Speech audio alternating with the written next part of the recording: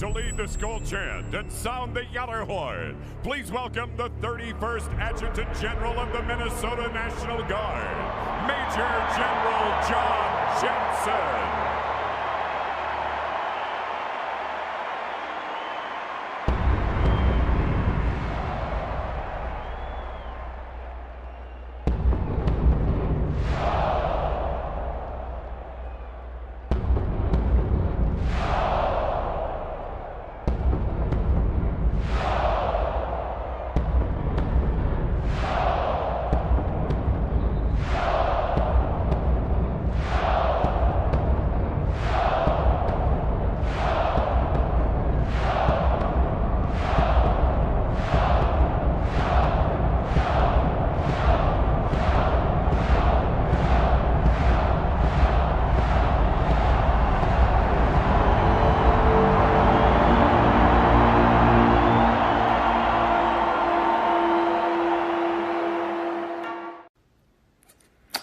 Well, hello, this is John Randall, Minnesota Vikings legend, and it is my pleasure to say, Minnesota Vikings fans uncensored, are you ready?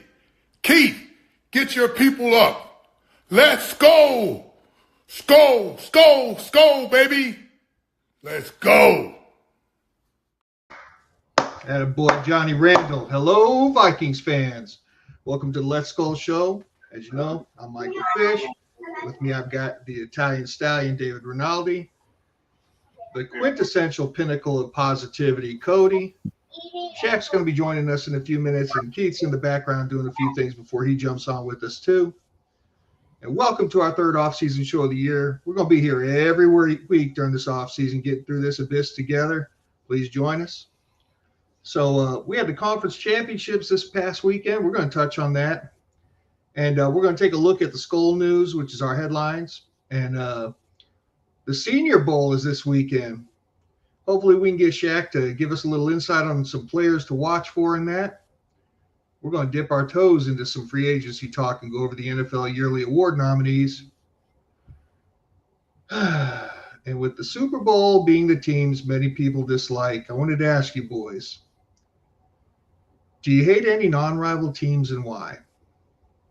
Oh, yeah. I got plenty of them. I got too many myself. Before we get started, I wanted to say a really great piece of NFL news this week. Duval. What was that? I mean, did you guys see that? What was that? Yes. Yeah. Duval. Oh, what a weirdo. Okay. Anyway, the team that I hate the most right now, non-division, and I want to not hate them, but it's because of their coach, the Denver Broncos. My brother's a Bronco fan. I can't root for him. I cannot root for them. He's a scumbag. He's always going to be a scumbag. Denver Broncos top my list. And then for just being shitty teams, Titans, Colts, Giants, Jets, and Bucks, boring.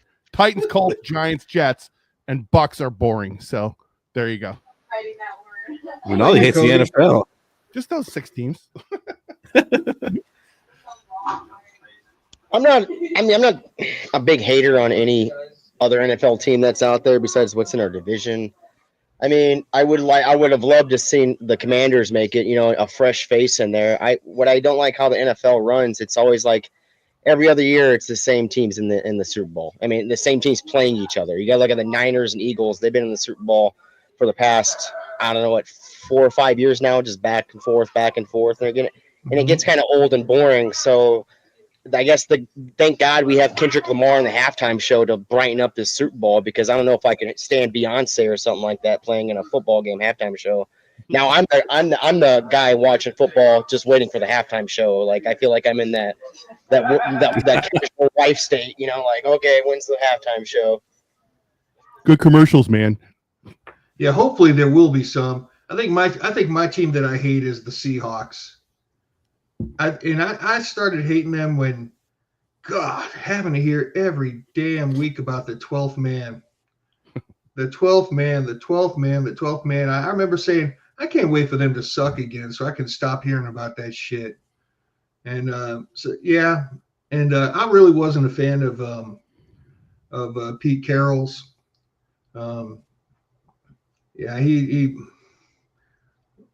So anyway, the Trash Time Show. Skol, everybody. What's up, Captain? What's going on? Well, you're gonna get a little bit more Pete Carroll now because he's back at 73 years old. Can you believe it? No, I cannot. Yeah. I think he's 70. I think they said 73. He might be 74, but Yeah. He could run for president. Yeah, there you go. he's not old enough. Not old enough for that. But speaking of Pete Carroll, my team living out here in California, it's the Raiders. Yeah. Like, they're not a rival to us, but and it's really not even so much the Raiders. It's the Raider fans. I just can't stand them. Like, their team could get blown out by 20 points, and they're still coming talking shit to you because you lost by 2 points to a contender. It's like, bro, worry about your team. Like, you're more worried about talking shit about my team than you are worried about your own team. Like, and they don't know anything about their team. You can ask them questions, and they know nothing about their history or anything, or So I cannot stand Raider fans. I really can't. It makes me hate the Raiders, and I have no other reason to hate the Raiders besides their fans. Haven't liked them since Bo stopped playing. There you go. I always wanted. I know that we've kind of touched on this before, but since he's asking, all sports are scripted, storyline driven nowadays. Like, do you guys buy into that? No, I think they do a really good job on the networks of creating stories and backstories, so it feels like that. So I see, and if you're like a wrestling fan, you get that whole idea of backstory and that kind of stuff. I can see why people think it. I don't think it's the case. I don't. They wouldn't pick. I disagree, David. They would, dude. They wouldn't pick Kansas City as the team. They do a major market. Come on. Nah, they got to have the three. They got to have the three-peat. They got to have somebody that can become better than Tom Brady. And maybe once they do three-peat, maybe the other teams will start getting a fairer shake. I think Bill Burr had a nice little commentary about it on the Rich Eisen show where he said, I think it's being massaged a little bit. Yeah, I saw that. So, we're going to go to break on this Kansas City Chiefs timeout, and we're going to see the State Farm commercial with the Kansas City Chiefs in it, followed in Kansas City Chiefs, Kansas City Chiefs, Kansas City. So, and I don't think that it helped anything to have Swifty in the stands, Dayton Kelsey. I think it's a plant. Well, I might be going a little too far, but the NFL is in business to make money. And if it wasn't in any way, shape, or form being adjusted, there would be an eye in the sky. They've demonstrated before that they can have a call come down in seconds from somewhere, New York or whatever, to say, you got that wrong, pick that flag up. It's happened. So why can't they do it faithfully? Why can't they make sure that they get the calls right in every game? Why do the refs have to have suspicious calls that affect the outcome of the game? Be careful what you wish for. I will wish the hell for it. Give me the eye in the sky. Forget the 30 holding penalties per game. Bro, offensive lineman not to hold. It's going to be AI, man. It's going to be some George Jetson freaking eye in the sky, and you're going to hate that just as much as you hate anything else. Maybe they could borrow some of them drones that were flying over Jersey to do it. Eek. I hope they weren't flying over Washington last night, bro. I mean, I can see where it becomes like a storyline, like the NFL's kind of getting into it, because look how many games are broadcasted over so many different networks right now. I mean, if you really look at it and you really want an entertaining, thing, then the playoffs are definitely where it gets really entertaining. And I think that's kind of like what Bill Burr said. It is a little massaged on how it's scripted, in my opinion. And you got refs from those cities coming in to ref games too. And you can't tell me not every single ref doesn't put parlays down in games. As part-time workers that are like 70 years old. Yeah. And that's another thing. They are literally not actual employees of the NFL. Right. They're subcontractors. I don't know if that's better or worse. I mean, you know what I mean?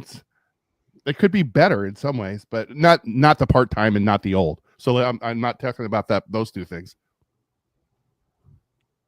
I like that, Tommy, but I think that does take a lot of time up, and I don't think any of us want that. I like, I think like Fish said, there are calls where it comes down in a second. Hey, you guys got that one wrong, fix that. But they can only use it at certain times. So that does make things seem a little fishy. I think they should be able to do that for everything. Like, they have the ability to get every call right, and they should use it. That is the only thing that kind of gives me a little bit of doubt, and that's the only way they can tweak it. I mean, I don't think you have players out there like buying into a script or playing a certain way to make certain outcomes happen. The only thing that could have any kind of twist on it is the refs. Mm-hmm. Bro, putting a chip in the ball, I like that idea until, hey, maybe they can remotely control the ball with the chip. Suddenly the ball's doing like this in midair. When did we start having that TV network where we start broadcasting everywhere? Like, when did that deal go down? Was that 2019, 18-ish? Yeah, ish. When did the Chiefs win their first Super Bowl? Hey, there you go.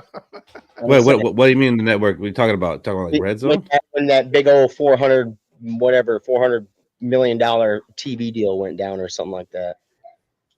I'm not gonna buy that because everybody's gonna watch football. Doesn't matter. Everybody's gonna watch the Super Bowl. Doesn't matter who's in it. It could be the fucking Browns and the Panthers, and we're all gonna watch it. We're all gonna watch the Chiefs and Eagles, and none of us want to see that. So like, it's about money, but we're gonna watch it. It doesn't matter who it is, and we all got our favorite teams. Everybody's gonna watch their favorite team every week. They're gonna spend money on, gear and that kind of stuff. So, I got a hot take for the Super Bowl. There's going to be more teeny bopper teenagers watching the Super Bowl than grown ass men this year. Write that down, Taylor Swifties. I mean, there might be more teeny boppers that have ever watched before, but no, because every grown ass man that watched it in previous years is going to watch it this year. Like, people might say they're not going to because, like, deep down they don't want to see these teams, but we're going to watch it.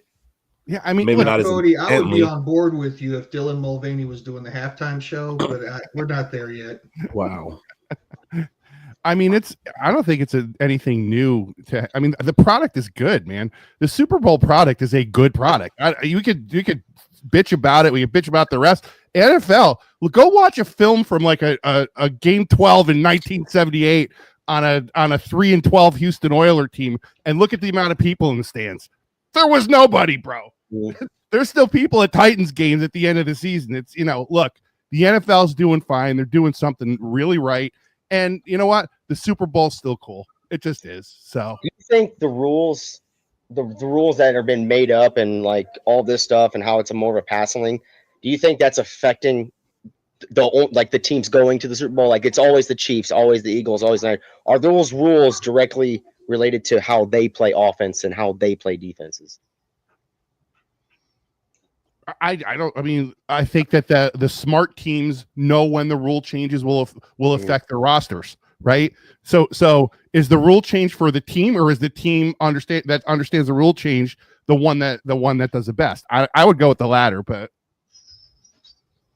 So just on another note, my favorite part of the Super Bowl is actually during the lead up, where they bring out a video of some arbitrary horseshoe crab that's picked the last 20 Super Bowls correctly, and they make it crawl over some team and say this is the team that's going to win.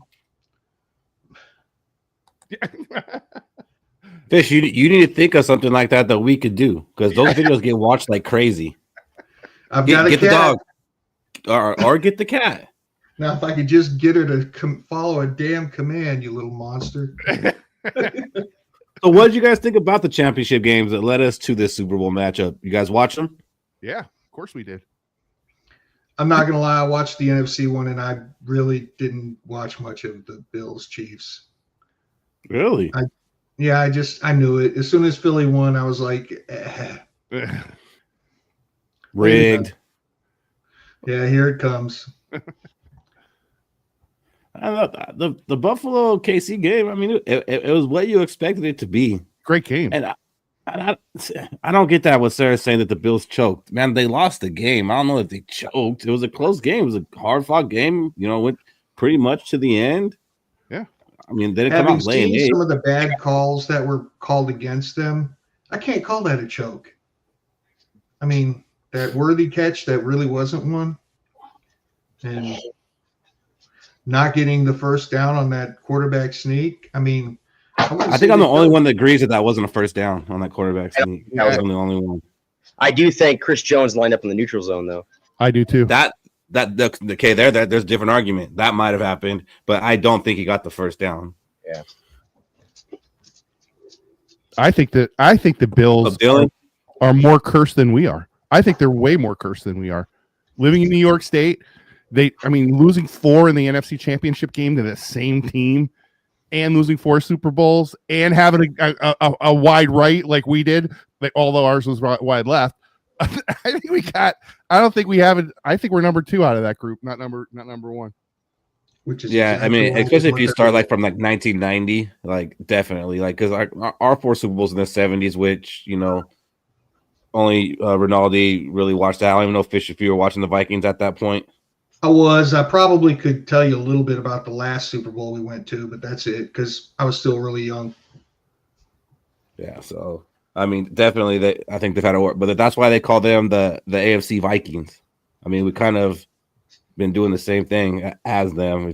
I don't know, we're both the tortured fan bases, but I think they've been on the doorstep more than we have. Like, we have pop-up seasons, and those usually end up pretty horrible for us, like pretty heartbreaking, but they do it like over and over and over.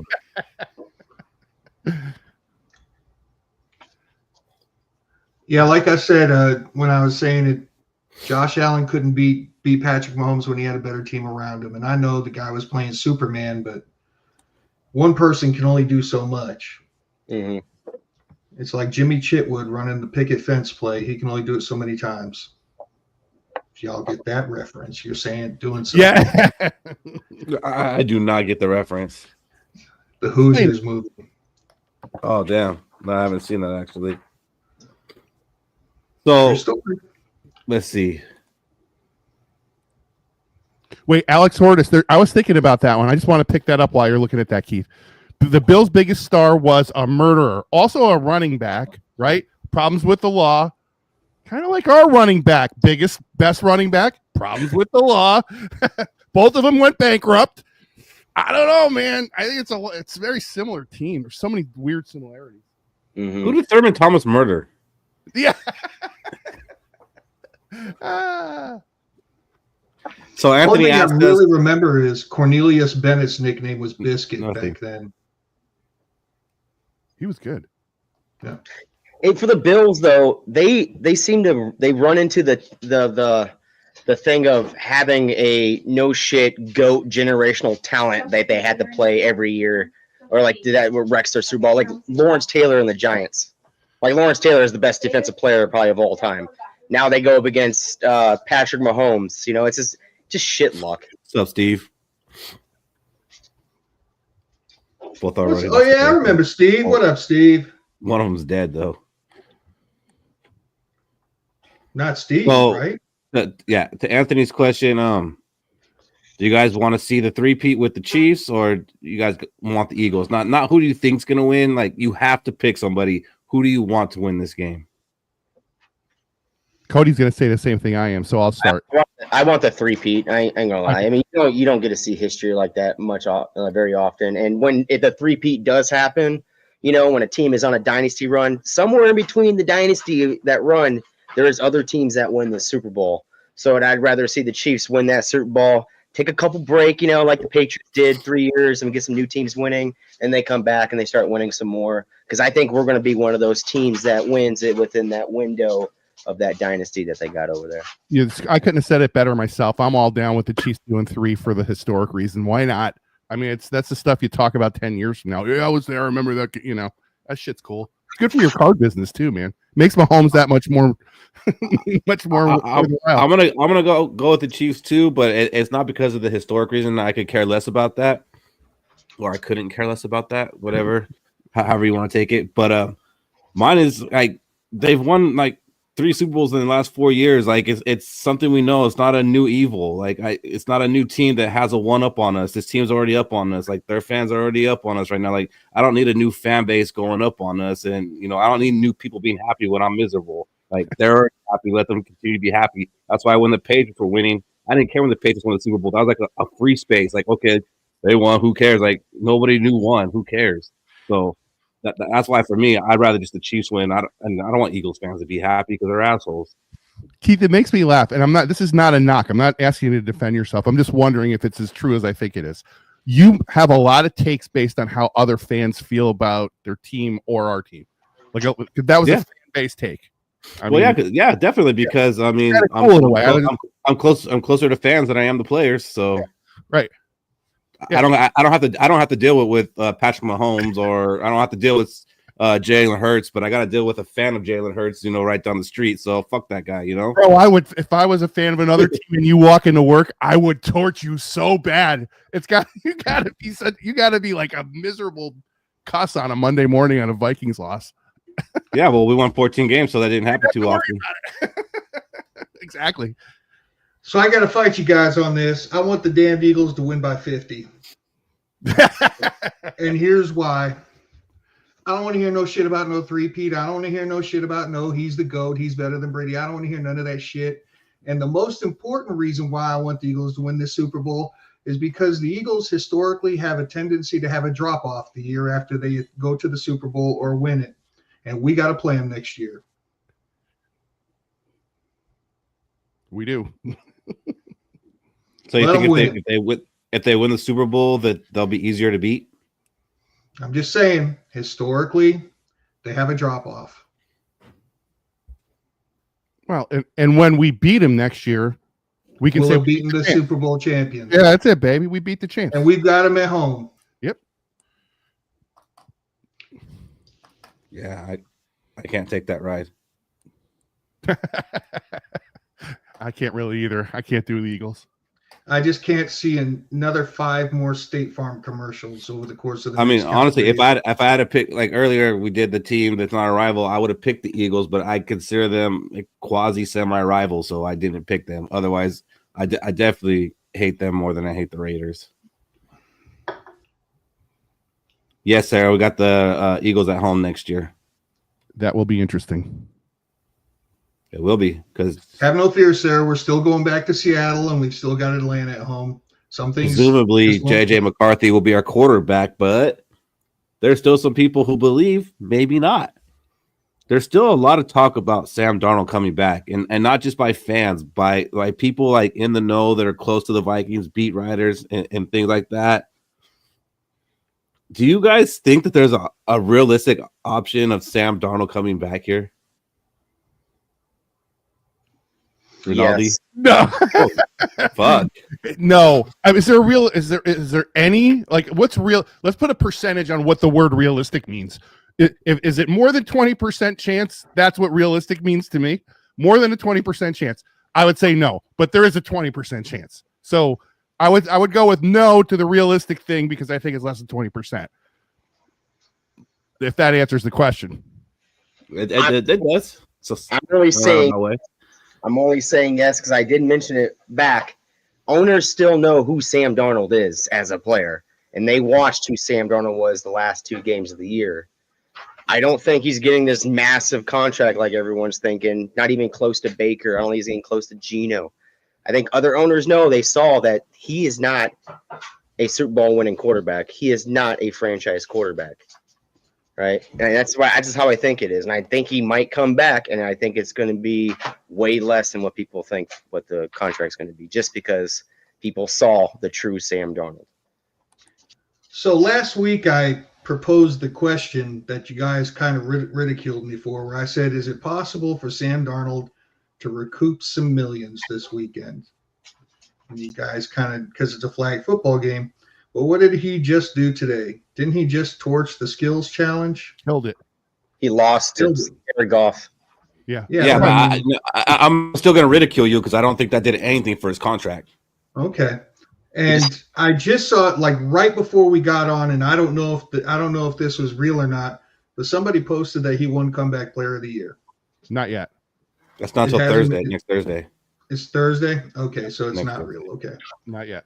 So, however, I think what that challenge showed was just how good his deep passes are. Goff won that with hitting a bunch of 2s and 1s.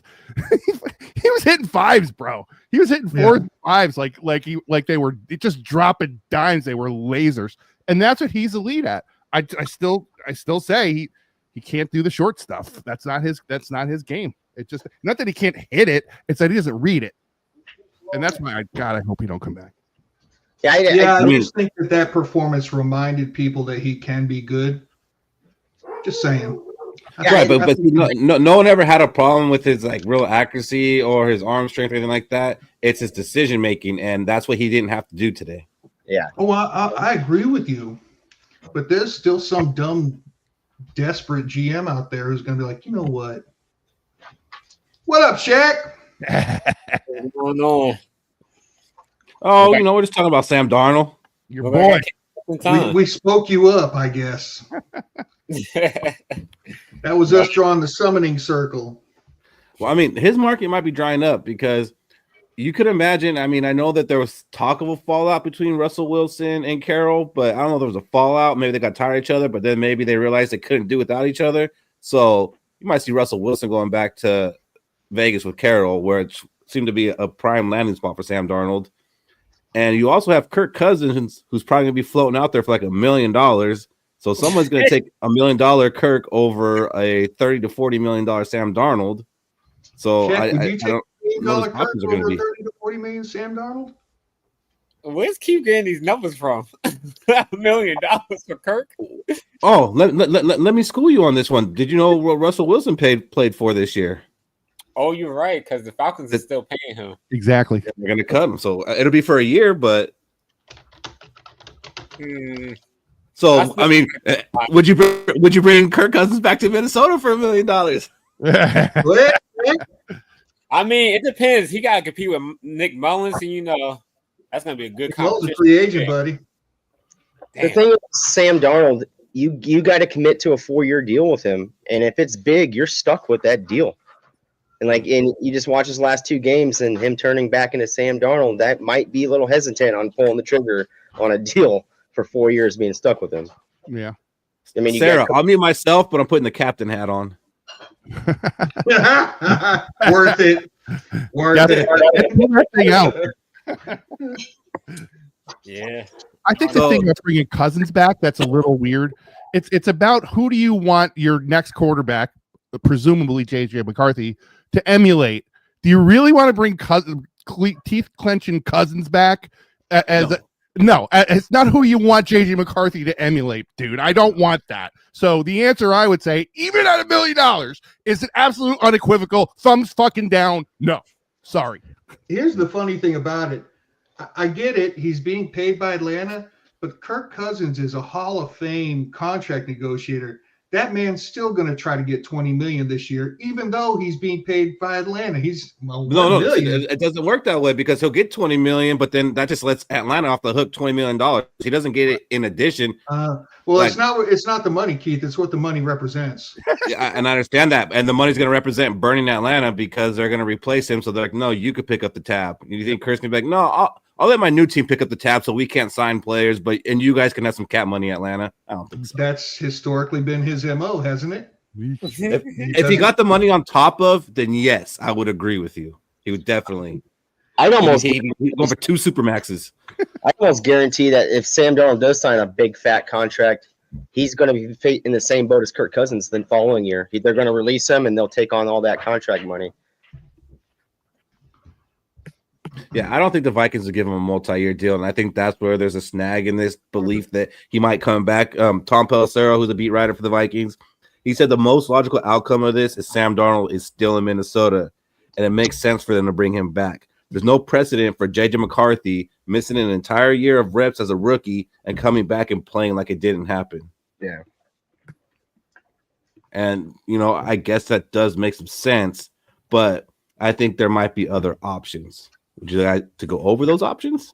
Justin Fields. So I bet you do. So let's say Sam Darnold does not come back and Daniel Jones signs on to be a starter somewhere else. Like, what are our options after that? Well, we can go do the quarterback rehab thing that we've been doing. So bring in a guy who, maybe coming off a rookie contract, didn't play up to it, and now he's a free agent. And KOC's like, I can fix him, so we could trade him. And those quarterbacks, we got Zach Wilson, Justin Fields, Trey Lance, Mac Jones, Desmond Ridder, Bailey Zappi, Tyler Huntley. Now, do any of those guys do anything for you to mix them in with JJ McCarthy and let them battle it out for week 1? No. I hate to say it. I just saw Justin Fields and I thought, a true running quarterback on this team. But is KOC going to let him be a running quarterback? No, he won't. I feel like KOC could fix his quarterback, like fix his quarterbacking, like make him a better passer. Possibly, but it drove him crazy when Dobbs would take off when he was supposed to pass the ball, and I just don't know if he would be able to hang with that. So those guys I mentioned, they would be guys that probably would be competing with JJ McCarthy for the starting spot. And is there any interest, Rinaldi? Oh my God! First off, I'm looking at both. You're going to say the other list of names very shortly, right? I don't want to steal the thunder there. Okay, so I'll shut up about that. But when I look at that list, because I get to see it in advance, I like everybody on the list you just mentioned way more than the other list, and I would take any of them over anybody on the other list, in my opinion. And I don't necessarily agree that it would entirely be a competition. I still expect McCarthy to win the job, but I do think that any one of these guys that went to quarterback university under KOC would have enough improvement to get us through 2 or 3 games better than anybody else in the rest of this list. And then parlay that into something that they can do down the road with another team. I think that the incentive is there. The football guy, if they're football guys, because that's what Minnesota wants, are guys that love to play football, right? And I think there's guys in that list that want to love to play football. The other guys, washed. So which one on this list pops out to you the most? I hate to say this because I think I'm close to him geographically because I'm in New York, but I do think Mac Jones has some potential still. He's young enough. I think there's a little bit there. I don't think you give up on Zach Wilson for the same reason. And to your guy's point or Fish's point, Justin Fields is just like, geez, that would be wild to see what they could do with him. I don't have as much faith in him as a passer in this offense as I do with the other guys. I think he's a more talented athletic guy than anybody else on the list, but I don't think he fits the scheme that well. So, all right, let's go. Let's look at the other guys. So to me, if we brought him to one of these guys, I do think it'd be a competition. But to your point, Rinaldi, I would expect JJ McCarthy to beat them out. So now we got another list of guys. They're veteran quarterbacks. They would come in with the expectation that they're going to be a backup. But who would you feel confident in if they had to start 3 to 4 games because JJ gets hurt, or maybe they have to start the season because he's not ready. Maybe he didn't gain that 20 pounds back yet. So these guys we got Jameis Winston, Jimmy Garoppolo, Drew Lock, Mason Rudolph, Nick Mullins, Joshua Dobbs, Marcus Mariota, Viking killer Cooper Rush, Taylor Heineke, Carson Wentz, Jacoby Brissett, Teddy Bridgewater, Andy Dalton, Joe Flacco, and my favorite, Case Keenum. Woo-hoo-hoo-hoo. So obviously off this list, I'm bringing back Case Keenum because he's going to come in and be more like a quarterback coach. So and if he has to come in, he's probably got some of that Minneapolis Miracle in him. So I'm bringing back Case Keenum. What about you, Fish? Anybody on that list that you think, okay, JJ McCarthy is our guy, but we do need someone behind him in case he falters or gets injured? Jameis Winston. I don't hate it. I really don't. Give me 50 touchdowns and 50 interceptions if we got to. Screw it. Throwing the ball, man. Oh, it'd be so cool to watch. I'd love to see that. I don't think we'd win, but I'd love to see it. I mean, games would be exciting. What is our expectations for next year? Win the division. It can't be 14 wins, right? With who quarterbacking? I'm assuming McCarthy, right? Well, this is the question it leads into, right? Like, people probably should need to temper their expectations down about, hey, this next year we might not win 14 games. We might only win 7. We might win 10. We might only win 4, right? Because you're putting a new rookie quarterback. He's still a rookie under center. Is he going to have the same effect as Jaden Daniels does? I don't know. But I'm going to go after Nick Mullins because I know we're going to need a backup regardless. You're probably going to need 2 quarterbacks brought into this system regardless. So I'm bringing in Nick Mullins and I'm bringing in Zach Wilson. I'm bringing in Zach Wilson because he has the same archetype, same abilities as JJ McCarthy. And if one goes down, you can insert the other one into the same offense. My boy. I don't hate it. It's not sexy, but I don't hate it. That's I mean, my boy, Blue. and honestly, it's probably going to be Mullins if it's not Daniel Jones. But we got to talk about it. What about you, Shaq? You still bringing in one of the younger guys, or you want to bring in one of these veterans in case we have to go to one? I feel like we're not going to bring one of these hot shots like Zach Wilson, Justin Fields, because I feel like KOC don't want to bring that type of competition because those quarterbacks probably want to still start. So I feel like we might go with a backup quarterback, and the backup quarterbacks I would bring in is I gotta go with my boy Teddy Bridgewater. He at least deserves to win games with Minnesota. He don't even have to start; just let him be there and coach up JJ because Teddy wasn't really. He's a mobile quarterback, but he was more so he like a dink and dunk over trying to air it out. And the other quarterback I'll bring in, like Q said, is Case Keenum. Because I could see a lot of J.J. McCarthy and how Case Keenum was balling out for us. It's just the problem with Case Keenum was I feel like his arm strength wasn't where it needed to be. But they can coach up J.J. McCarthy and, they could build that bond because both those quarterbacks, they've been through the ups and downs of being a quarterback, starter and backup. Hey, Lucy. Sarah. Oh, look at Shaq with the voodoo doll. It's not a voodoo doll, damn it. It's a damn it doll. Sarah, who do you want to be JJ McCarthy's backup?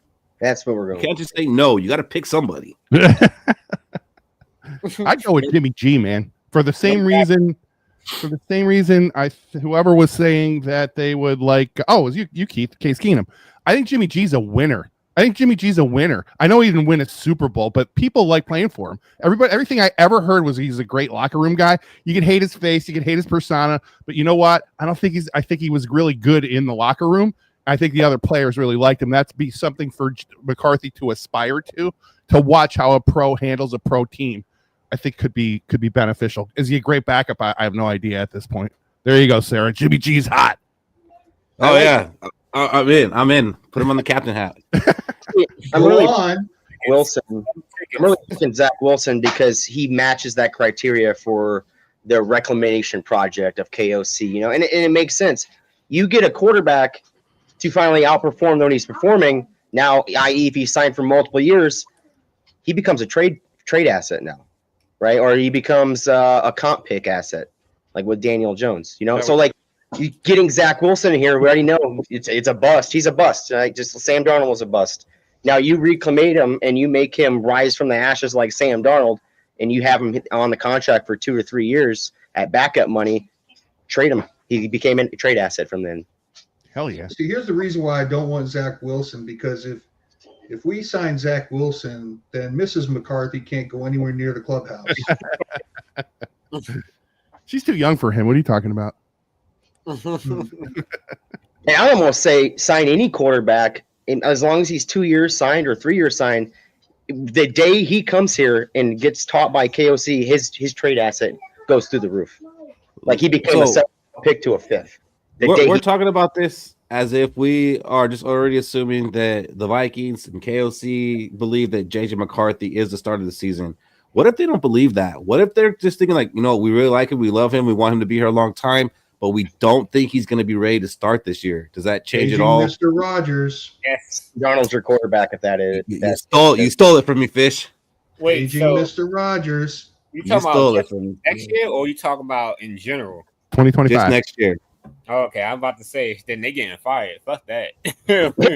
Just next year, he's coming back from an injury. He hasn't really got the reps, so we don't intend on him being the starter week 1. Like who do you want? And I was going to lead into the Aaron Rodgers thing, but Fish was quick on that because that's been Fish's take for over a year now. Yeah. If JJ McCarthy it's coming closer to fruition than ever. I know. Sam I don't want it. I'm just saying. I've seen it. I didn't want it to happen the first time, and it didn't end up too bad. But no, I don't want it. He would drag this team down. Not who I want. Yeah. But I mean, if suddenly they signed it, You better believe I'm jumping on that Super Bowl hype train. Come on. But And I You getting a think jersey? a bunch of the beat writers are coming from with Sam Darnold logical places in Minnesota, because I think the beat writers also think JJ McCarthy isn't ready. So if JJ McCarthy's not ready and our coaches think that, I'll put a 95% positive that Sam Darnold will be the starting quarterback in 2025. It's just nobody knows. The only people I don't think the coaching staff know yet, because he hasn't really did know physical activities, working out, like actual drills. Like he's still probably doing. He probably literally just got his knees back to feeling somewhat normal.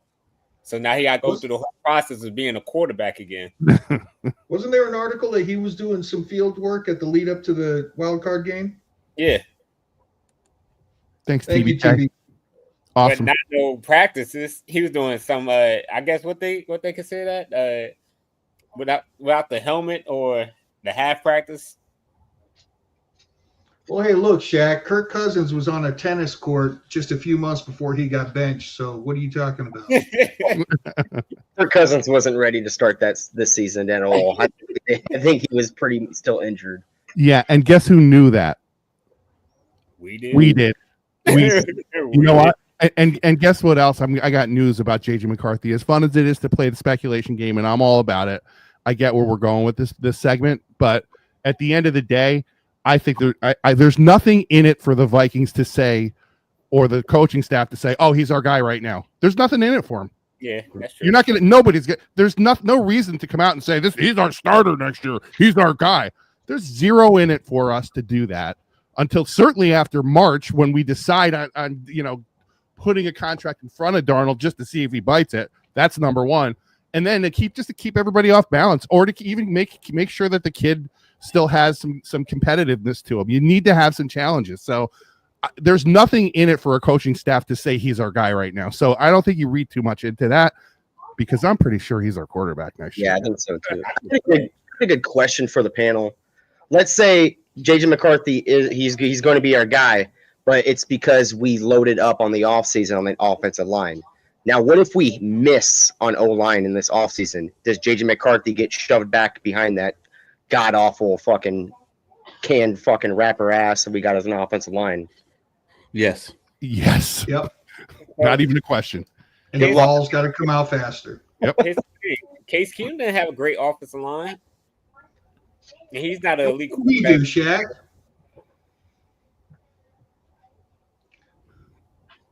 I'm just saying. Would you guys be concerned? Would you guys be concerned if JJ McCarthy doesn't enter as the starter, like for whatever reason, aside from like an injury, or not even an injury, because that would make him injury prone if it happened 2 years in a row. So if for some reason JJ McCarthy does not start week 1, do you guys have some concerns? Concerns? No? How? Like, what do you mean by concerns? Would I be concerns that like maybe the pick is not going to work out? Yeah, no, I don't have concerns about that. I would have concerns. I would be pissed off about it, is what I would be. I don't know. Does that fall under the concern umbrella? Because if it does, no. Okay, then I'm not. Then I have no concerns. I'd be concerned if he was 24 years old and on his second year and he didn't get the starting job. That's when I would start getting concerned. I mean, kids were super young still. He just turned 21. Like he's turning 22 this year. So, but I am not. Where's Robbie telling us about all the picks we traded to move up a spot to get him though? Yeah, the sky is falling. My only concern would be, I don't know, man. 5 years, KOC. The fans calling him a bust because he's not ready to start. So that's my only concern. Because now we got to defend our quarterback because he's suffered a major injury, but everybody want to call him a bust. Let him play first. Mm-hmm. Yeah, I hate to say this, but a torn meniscus is not a major injury, guys. I know. It's about the most minor knee injury you can have. I know. When I say major, as in it ended his season, he couldn't really play. Yeah. Not major, as in his career threatening. Mm-hmm. I mean, I bet the guy was walking around fine a month afterward, if not sooner. Mm-hmm. It's a torn. I said it jokingly a couple of weeks ago. If I got a scan done on both my knees, I bet I've got a torn meniscus in both of them. I'm still a fully functional human being that does a pretty hard job. I'm just saying, he's going to be fine. He's going to be ready to play for opening weekend, and he's going to rock this joint. And I'd rather, if he's not molded yet, like to KOC standard, wouldn't mind till he is actually what KOC wants before he puts that product on the field. Like if I got to wait another year, I'm fine with it because I know he's trying to mold that quarterback into what product he wants to put on the field, and he wants good product. That's the smartest take I've ever. That's the best way I've ever heard it put with JJ. What I keep hearing that just annoys the hell out of me is the people that are saying, "Well, geez, what's going to happen if you ruin his head, or he's not ready because he's too young, or he's not." No. It's just if he fits the scheme, you start him. If he doesn't fit the scheme, to your point, you don't. I think that's the win. That's the win there. We got him for 5 years. Yeah, man. But ruining the guy. Oh, you're gonna ruin. Just shut up. He's a freaking football player. He's a 10th pick in a draft. Play the guy. And his mental, like if you follow him on Instagram, he's all about strong mentality. Like he's spiritual. Like no doubt about that. I have faith in him. I do too, man. My man meditates. I love it. Mm-hmm. He's slinging pepperonis out to homeless people, man. He's the man out there. Let me get 1,000 of them pizzas. 1,000 of them things. Can I just get one? The dude's like, I can give you about 20. So is that all right, give me 20. Instagram, my Instagram message, because he's over here serving homeless people pizzas. Freddie McCarthy spent his whole first year rookie contract on pizzas, man. Give the kid a break, dude. Right. The guy's like, I can give you 20. He's like, well, I'm paying you for 1,000 of them anyways. Oh, maybe that's why he wanted all the money up front. Yeah, that's why he wanted his money up front, because he wanted to buy food for the homeless. Look It at wasn't for him. You don't need the money. He fresh out of college and 21 years old. You know damn well he wants pizza. Hell yeah. Yeah. So something else I came across in the headlines, and I don't know if it was just clickbait or real, but it was that, the Vikings might be working on an extension for Andrew Van Ginkel. And what that might look like would be a 3-year deal at $15 million per. So we'd have him the next 4 years for $55 million total. Are you guys in for that? Right now he's 29. He'll turn 30 in July. So by the time his contract ends, he'll be 33. And how much is the total contract? $15 million a year after he gets the $10 million this year.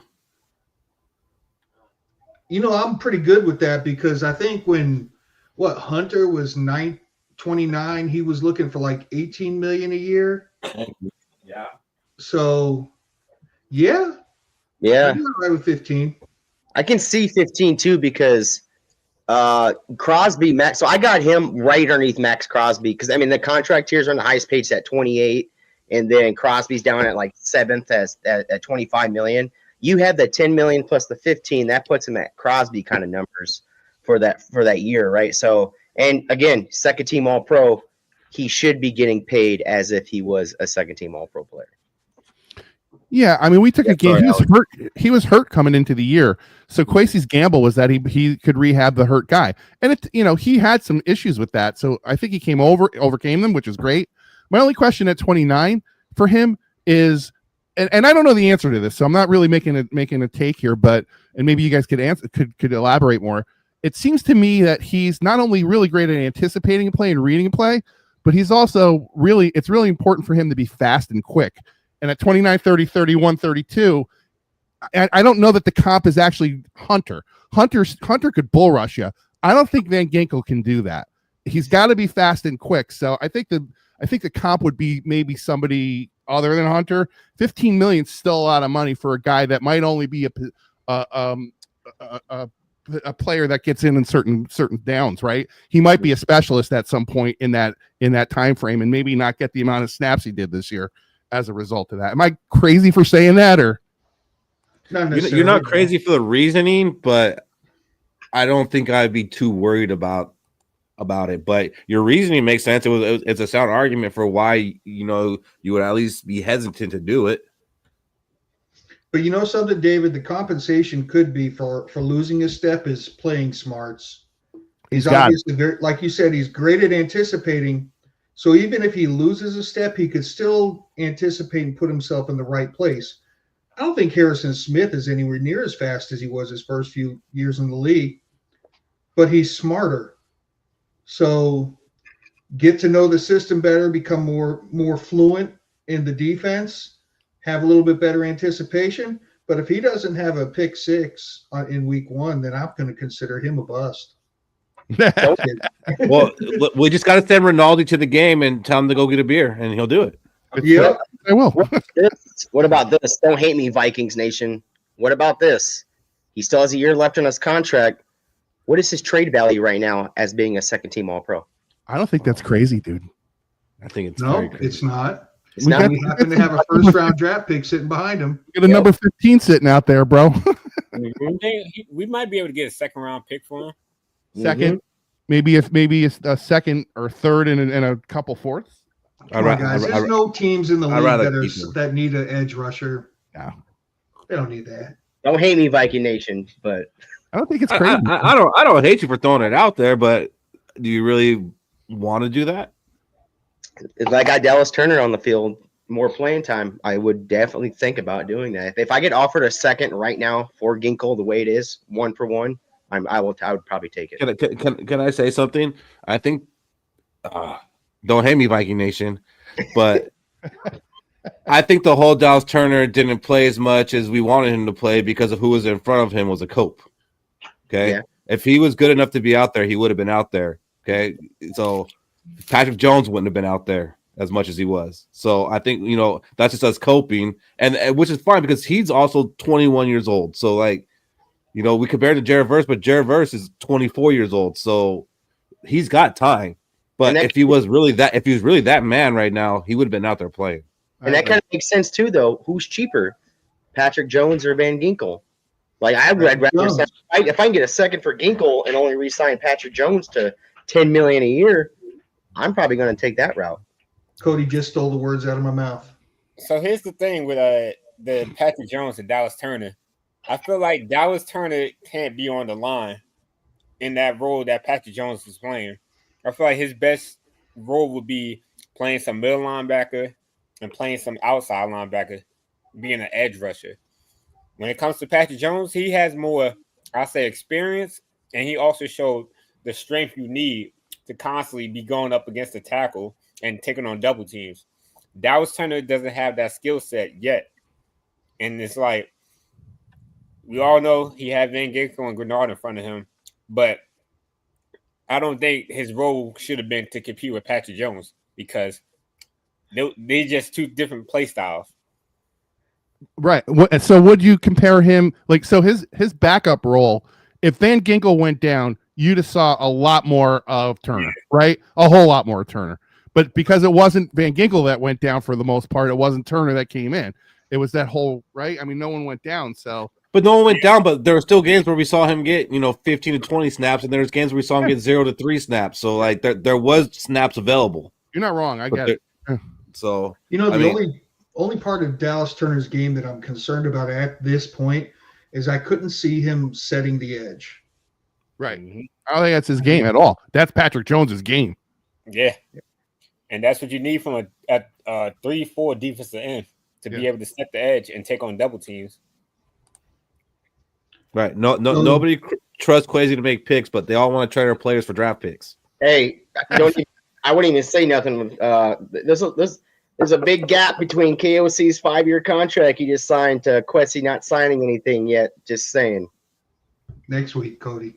Yeah. So, say next week for a while. To put this to bed, I would definitely sign Van Ginkel 3 years, $45 million, have him for the next 4 years. I think about 33. I think that's about the cutoff when he's going to, fall off a cliff. And it might be sooner, but I'm sure there's going to be out in that last year where he doesn't have guaranteed money. So, man, sign me up for this all day. I would say it all season after about the first 8 games, he's only under contract for 2 years. We need to go ahead and extend this guy now. So if they are talking about it, that excites me. And I hope they are. And I do hope that gets done. Another player that's being talked to apparently is Cam Bynum. Apparently the Vikings do want to try to get a deal done with him before he has a chance to hit free agency. Now they talked during the season. It didn't go anywhere and talks, got turned off. So that tells me that Cam Bynum's looking to get paid. Oh yeah. I'm just wondering, is he trying to be top 10 money or is he trying to be top 5 money? If he's trying to be top 10 money, he needs to get $12 million a year. If he's trying to be top 5, we're talking 16, 17 million a year. And I think I'm out at 16, 17 a year. I think, 12 million max is where I'm at with Cam Bynum. For me, it's 14. 14. I mean, that's fair, I guess. I don't know, man. He can't tackle. Yes, Sarah. I'm looking at the. So, Fish, me and you, we both saw the same thing in that Lions game where Gibbs juked him out. And he should have had that tackle, but he had like one of the most tackles for all safeties, and that's what everything I'm reading about him is his ability to keep the play in front of him and make the tackles. I saw the same thing with that Gibbs play, like oh my god, but his biggest credit is keeping the plays in front of him. It's Gibbs. Like Gibbs make a lot of people miss. It's not like I mean, I know this was a couple of years ago and all, but Jamison Williams' one touchdown for that year was blowing right by Cam Bynum. I'm just saying. I don't know, man. He doesn't strike me as a physical safety. He doesn't strike me as a hard tackler. I mean, look, guys, we kind of have to build ourselves to beat the Lions now because their roster is young. They're going to have them for a while, and we got to figure out a way to be able to tackle Gibbs. So he might take it, Bob. We're kind of in a predicament, right? So like you have these 24 free agents, whatnot. How can you replace them? Can you replace them with similar talent or better talent? And you look on the offseason for safeties, what's out there to replace Cam Bynum? That's a great point. Javon Holland, and he's going to be more than that. Holland, is he? How much is Bonga. compared to Cam Bynum? He's going to be more than Cam Bynum. Yes. So then the money starts. Starts draining. Why not Dallas Turner? At safety? At safety. Why not?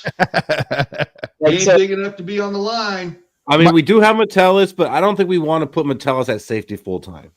Maybe not yet, right? Yeah. I mean, depends on who you put him with. I think that's what's important about Bynum. I look at the head coaches that just got hired, right? You just look at them and how B-Flow didn't get a job. I don't know, but we got B-Flow for another year. So I would tell you this: a third year of B-Flow. If he thinks Bynum's the guy for that position, I'm fucking down. Sorry. What anybody else has to say, if he says that's the guy that he wants at safety at 14, 13, 12, I don't care. He's the guy. That's my take on it. I think it's for like every other position besides offensive line, interior offensive line, those are on the back burner right now. I think the focus, the priority is offensive line. So whatever we do during offseason for the offensive line is going to determine who we sign for on everybody else. How much money are we going after Trey Smith? We're dumping a lot of money into that. We're going after Zach Martin. We're dumping a lot to solidify that offense line. Will determine who we sign for the other positions. Like if we just go after Quesenberry, we're going to resign Quesenberry, stick him at guard. Or we're going to resign Dalton Reiser, stick him at guard. Yeah, and then we're going to have some more money for the back for the other players. But I think before anything gets re-signed, the offensive line will be done first, and that'll determine how much we're spending on the rest of the players. That's fair. I do think to keep him, they do got to make him top 10 paid. But if he's trying to be top 5 paid, then we probably got to let him walk, even if B-Flow wants him. Mm-hmm. I got to throw something in. Or were we going to transition to something else? I could shut up if you want me to, because I never want you to shut up. Right, so, because if you get our team in a position where everybody thinks they're going to make a move, that's exactly the time when I would say that's the move they're not going to make. And I think everybody, the narrative right now is it's all about that offensive line, and it might push that offensive line thing so far. We better be ready to see them bring it back. And I know no one wants it, but I got to be honest with you. He's going to go where the value is. And if the value isn't in the offensive line, he's going to go get a D tackle. He's going to, that is cheap. They're never cheap. Or a cornerback that is cheap. They're never cheap either. But you get where I'm going. You have to look at it cheap relative to where the market's been and where it is now. And if the O-line gets too expensive, he'll get off that and just pay market value for a cornerback or a D tackle or whatever hole he decides to fill. So be careful thinking that's what he's going to do. You better be prepped to see freaking Bradbury back in next year, man. I 100% expect Bradbury to be there. I don't think Bradbury gets replaced because he's cheap. I think they try to beef up his neighbors. Yeah. I mean, how many? We need 21 players of replacement on this roster. If you just sign each player to $2 million, that's half the cap space gone right there. And it doesn't work like that in a straight line, man. You're just getting depth. I know it's not going to work straight line, but if you're going to sign for someone for $2 million, it's only for 1 year. It's not for multiple years. No one's going to accept that. $2 million. Yeah, I would agree. Yeah, $2 million is a 1 year contract. I would agree with that. It's a show me contract or a backup contract, one or the other.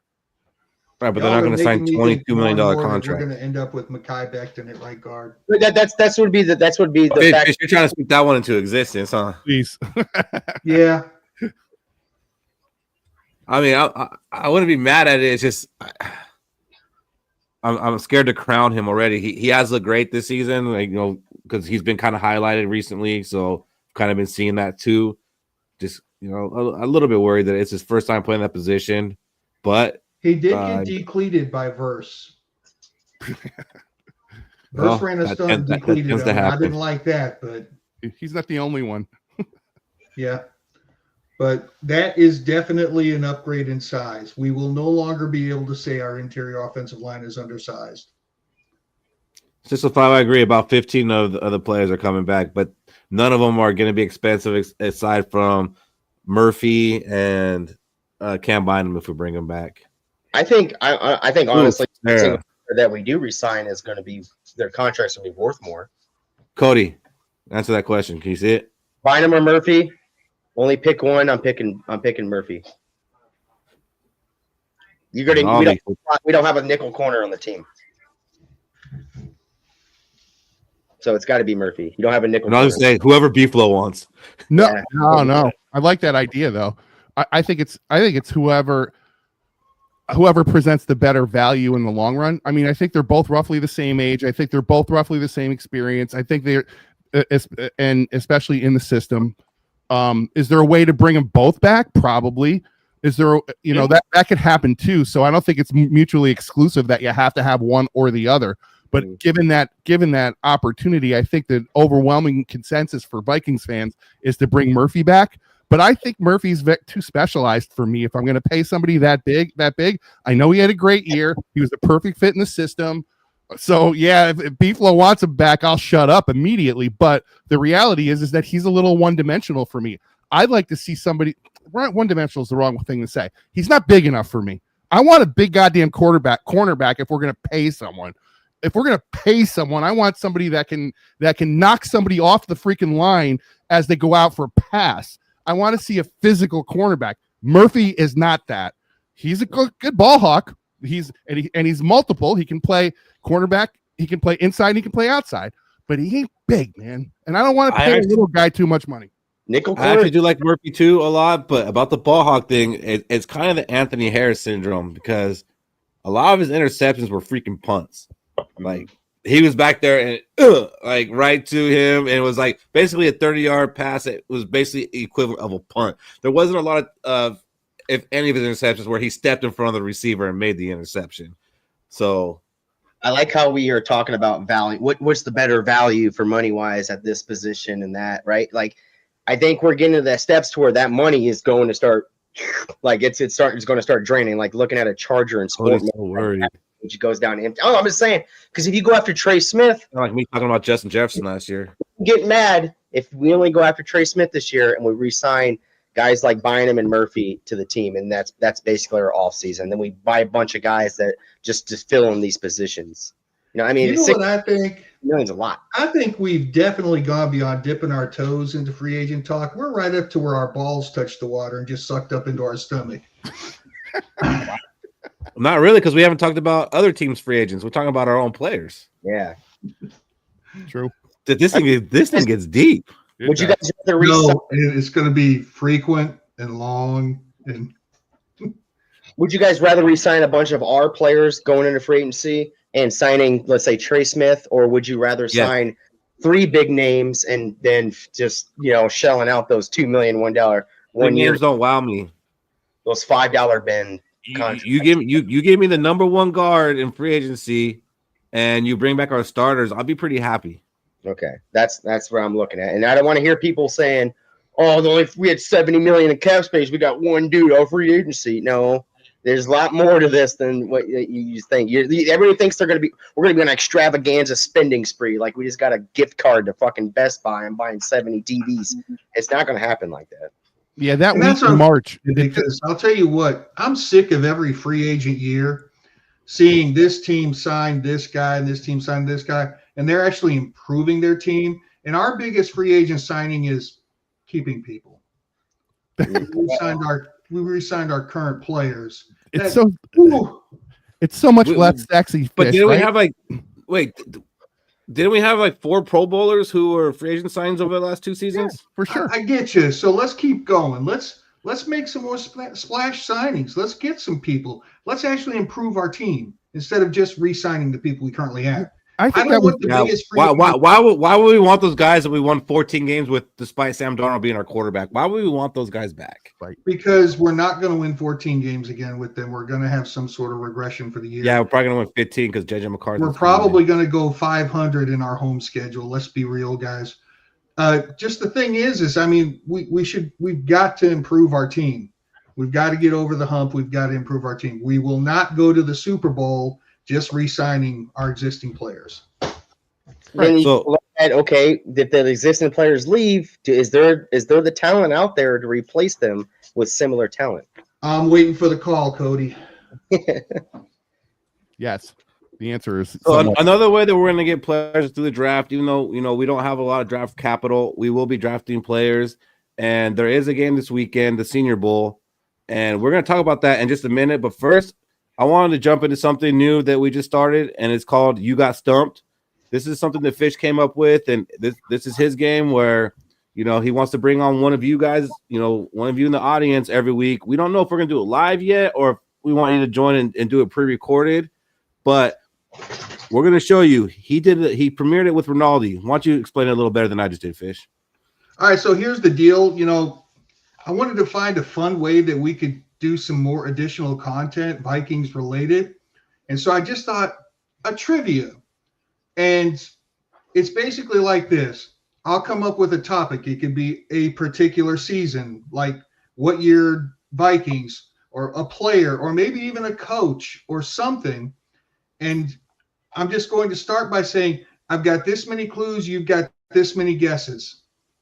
And we just go through the clues and you've got the guesses. And if you can guess it right within your amount of guesses you've got, you won. But if you can't, you got stumped, baby. You get to wear the L. No one wants to wear the L. No one wants to wear the L. I can say this about it. Go ahead, you go. I'm going to have enough of these topics to where if anybody wants to do it, I'll fit it into your timeline of being a fan. So if KOC Jr. decided he wanted to do it with me, I'm not going to give him a topic for the 77 Vikings team. I'm going to give him something contemporary that's within his fandom. I'm going to give you a fair shot of being able to get it. But as David found out, it's pretty difficult. Well, wait a minute now. Okay, so here's what I would say. If we're going to do this with anybody that wants to join us to do it, which I think is a great idea, I'll say that it's a lot of fun and that you definitely should do it if you think you'd like to do it. Fish came up with some really fun ideas. I will say this. I haven't seen it yet, so I'm watching it for the first time with all y'all. I mean, I remember being there, but it was a couple weeks ago. So here's what we're going to I think I had to. It wasn't supposed to start like that, but that's right. Here we go. So this is the premiere. Fish and Rinaldi already did this. Fish tried to stump Rinaldi. Let's see how this went down, and let us know in the comments if you like it. And you guys can go ahead and shout out the answer because this is already recorded. So it's recorded. You're not going to be tipping David off. We're going to have a topic, and I'm going to give you 8 clues, and you're going to have 3 guesses to get it right. Let's see if I can stump David.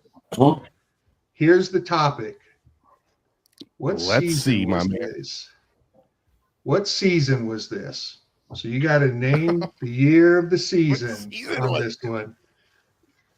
All right, you ready?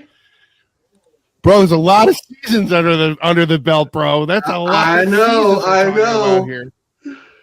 All right, so the first clue my first was 73. Okay. Let's go. All right. The first clue is they went 9-7. I bet you got that one right off the jump, don't you, David? Yeah, they went 9-7 in every season. I'm having a tough Well, time wait, hearing there is this, one so I'm gonna clue let there. you know. That's The a clue is 16-game we went season. 9-7. Yep. Right? Okay. Yes, So we sir. got a 16-game season, 9-7. All right. They finished second in the NFC Central. Okay. Another clue. Central. Yeah. So I'm going to say that puts us in the 80s or early 90s. Okay. Give me another one. They went 5-3 in the division. That didn't help. The hell's that? Hey, you never know what the trigger points are. All right. Keep going. All right. Clue number 4. Our tight ends were Greg DeLong, David Frisch, and Hunter Goodwin. Don't be Googling people. Greg DeLong. Uh-huh. That should help, but it doesn't. Uh-huh. That should help, but I don't remember it. I mean, I barely remember any of them. I remember DeLong and Hunter Goodwin. Because we've gone, this is our 4th clue, right? Yeah. All right. I don't think it's fair for me to keep going without taking a shot. Okay. I don't think I'm going to hit it. This is just a shot in the dark. 92. Nope, not 92. All right. All right, let me give you number 5. So we got 1 X. The Missile played in 16 games with 2 starts, 22 receptions for 351 yards. All right. Now I got a better. I was a little early on my 92, so it's got to be somewhere between 92 and 96 or 7. I'm going to say Central. The Central thing I'm not really sure when they switched the divisions out. Wait, 98 they had Tampa in their division because they played them twice, so I remember that. So it was after 98, and the Missile was there. And that would be what's his name's brother. Okay, so I purposely withheld the name just to give it a little complexity. Ishmael. Yeah, Ishmael, right? Yep. Cadre Ishmael. There you go. All right, so Cadre was the Missile, and Raheem Ishmael was the Rocket. Yep. Yep. All right, let me give you another clue. Go ahead. This one ain't going to help as much, though, because you're kind of on track. Dennis Green was our head coach. All right. I wasn't that far off then in 92 then. 98, 99, 2000 was Dennis's last year. Mm-hmm. Or maybe 2001. 2001 was. Might have actually been later. I'm going to go 9-7. 9-7. And 9-7. I'm going to go 97. 1997.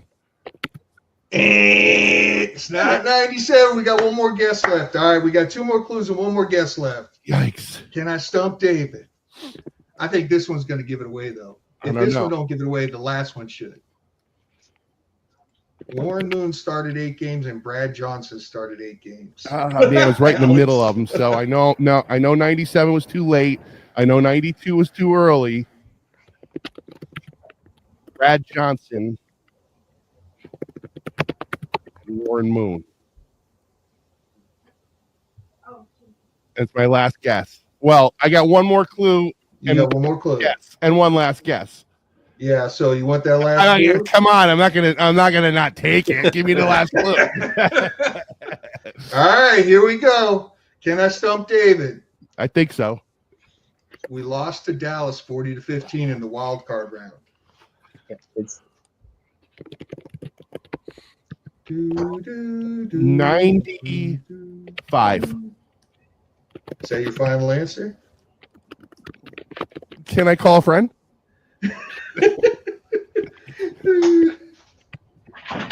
Yes, it's my final answer. 95. It was 96. I stumped David. You got me, bro.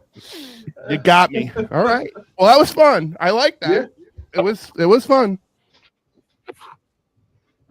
All right. So Sarah was the first one to get it in the comments, but that was like her 4th guess. So I don't know that she would have got it before she got buzzed out. I watched my dad rip the fucking arm pads off his lazy boy during that game against Dallas. 90. Oh, that Dallas game! I remember that. I think I cried that game, dude. And I remember like we scored a touchdown at the end with Amp Lee, and I was like, "Oh, at least we scored!" Like, I hated that clue fish because it made me think about that game. Right. Mm. When you said Rakib Ismail, he also went to Dallas after and played for Dallas. Yep. And I like when you said Rakib Ismail, 96.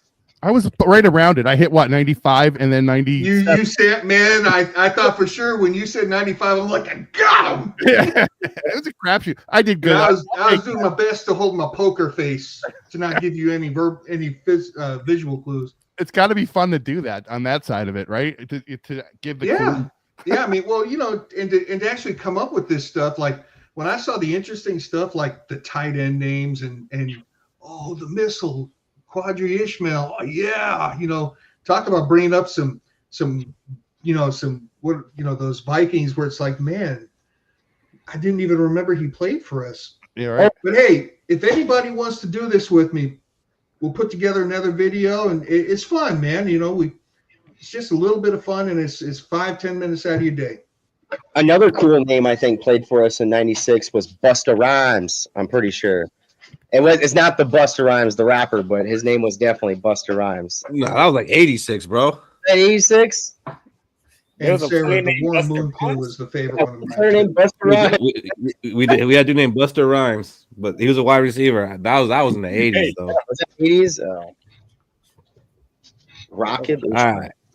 So that was fun, and like Fish said, if any of you ever want to be a part of that, let us know, and we'll get that set up, and you guys can be a part of it. Maybe we'll do it live, maybe we'll do it pre-recorded. I don't know. We're still talking about it, but hope you guys enjoyed it. We're trying to bring some more content during the off season instead of just reckless speculation all these next 5-6 months. So let us know. Thanks, Bob. Appreciate that. I want to be on the next. So what we got next? Like we said, the Senior Bowl is coming this weekend, and the Senior Bowl, it's a big deal now because previously it was only seniors who were allowed to play. Now it's any college player that's eligible for the draft can play in the game.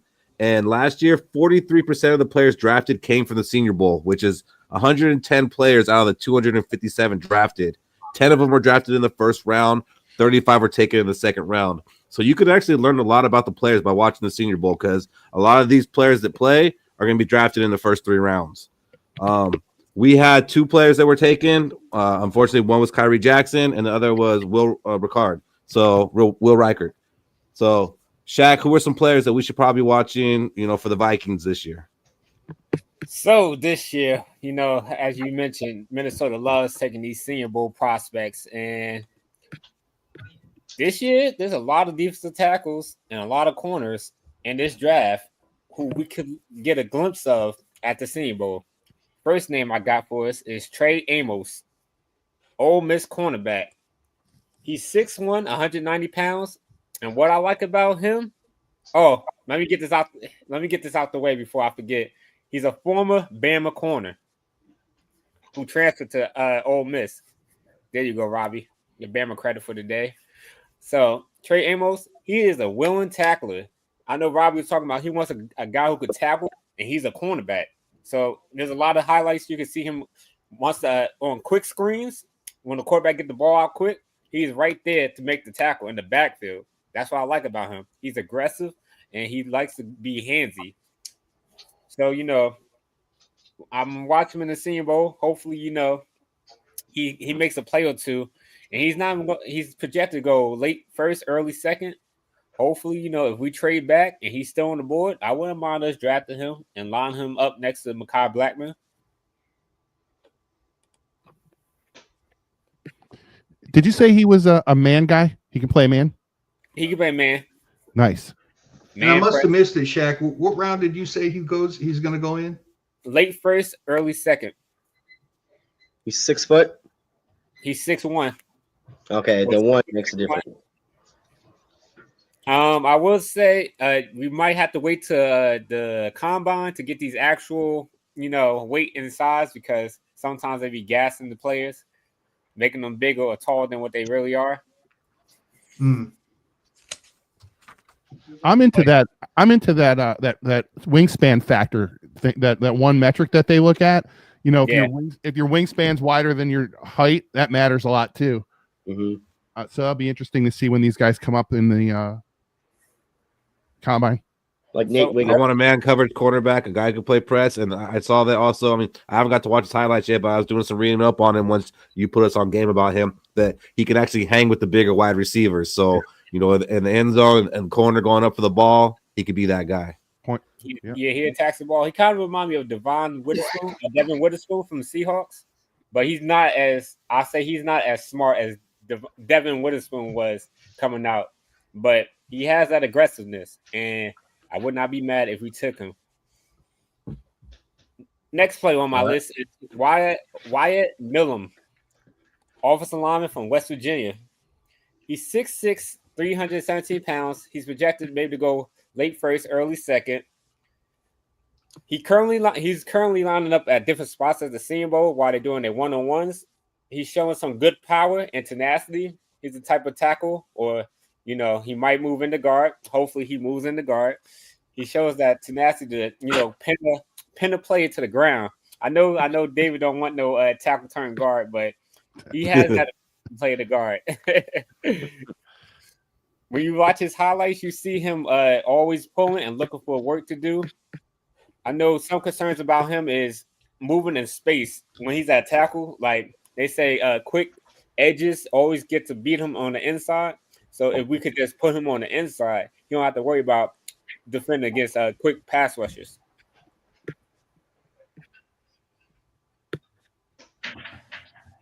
There's a big ass. Are these in order of your the way you'd want them, Shaq, or is it just in random order? Yeah, it's just random order. Cool, good. I just wasn't sure. I'll take any of them. It's just Right. random. I'm not gonna lie, man. I think 315 is too light. I think 6'6" is pretty tall for a guard. Yeah, it is tall, but when you watch him play, he has a good anchor. He squats, he bends. Yeah, I think it's anchor, and then like how dominant are you? Like Brandell he's 6'6", but he don't play 6'6". He plays like a wuss, man. I want to see him What I read about this guy is he can get in there and take control of a defender and push him out of the way. Yeah, I want to see some pancakes, man, and then I want to see him step on his neck. Yeah. So all these prospects, I didn't fully watch their film. I had to quickly watch their highlights and get ready for the Senior Bowl. So like once the Senior Bowl happens, I'm gonna go back and watch the actual game tape of them. But this is a quick breakdown because I've been hearing a lot of people talk about them. So I had to bring it to everybody's attention for players that the Vikings might target. Well, he does say in red right there at the bottom of his description, upright style sometimes leads to lower stiffness. Yeah. So next. So last on the list is Deion Walker from Kentucky. I've never heard this name before. Yeah, he was a former top 10 projected pick. You see that gut, guys? When's the baby due? Yeah. We have fat boy over here and play some fucking interior defensive line. So we have Deion Walker. He is 6'6", 345. He's projected to go second to third round. He had an up and down season. I know last year he was balling out, but then I guess this year they kind of figured him out. The thing with Deion Walker is he reminds me of a big defensive tackle, but he likes to play finesse. He likes to try to beat the guards and tackles with like spin moves and swim moves instead of pushing the guard in the backfield. So I noticed like a lot of the highlights, like when I was watching him against Georgia, he kind of struggled here and there, and then he'll make a play, but then he'll disappear and like get blocked out of the plays. And then you can even see it in the Senior Bowl practices. He just gets blocked. Like you think he's a strong dude because he has the size to be, a good interior pass rusher. It's just I want to see him go more so penetrating instead of going horizontal, go towards the quarterback instead of going towards the tackle and guard. But he is a for sure tackler. It's just I need to see more production out of him. And the Senior Bowl is the way to do it. He has to show me why he was projected to be a top 10 pick. So, I mean, a lot of people are making jokes about his body and all that, and like he's not there to be a model, man. If you go and watch the guy's highlights, you'll see why he was projected to be a top 10 pick at one point. He did kind of fall off a little bit this year, and that's why what we had in red is that he struggles a little bit with the consistency, but when he's on, man, he bull rushes. He collapses the pocket. He's a guy that can stop the run and sack the quarterback. Like that's what we're missing on that defensive line. Like Cody always says, too often we're dependent on our linebackers getting the pressure, our edges getting the pressure. We're getting no pressure from our defensive line, and Deion Walker can provide that. If we can get him in the second or third round, and I know we don't have second, third round picks yet, but we will because I do believe we are trading out of the first round, and we're going to have second, third round picks. So we're gonna be able to get maybe two of these guys. We can get maybe the cornerback Amos and get Walker. So right. That'd be cool. I'll definitely be watching. Go watch his highlights. You'll see. Dude's a beast, and for being as busy as 340, 345, the man can move. Yeah, man. Look, when you look at that, I think we kind of did him dirty in the photo. Could have been a better photo, I'm sure. Nah, I wanted to show it. I do Guy's legit. I like how you said if you think we're going to trade out of the first round. The guys I was watching or I'm watching in the Senior Bowl are the quarterbacks. Because are these quarterbacks good enough to be picked in the first round, or does a GM see something? Okay, then he reaches in the first round for a quarterback. If these quarterbacks, at least two of them, Jackson Dart, Dylan Gabriel, the Riley Leonard guy from Notre Dame, I don't think he goes first round. But if Jackson Dart and then what's his name? Just said it out. Dylan Gabriel, they ended up coming in the first round as first round talent because of the Senior Bowl and because of the combine. And someone reaches for him. All that talent that was supposed to go in that first 10 picks drops, and it would drop it to us. So now you got to weigh your side. Okay, quarterbacks are getting picked. Let's go get the best talent available in that first round. Now I don't care about trading back. You know what the funny thing is about everybody making fun of his gut?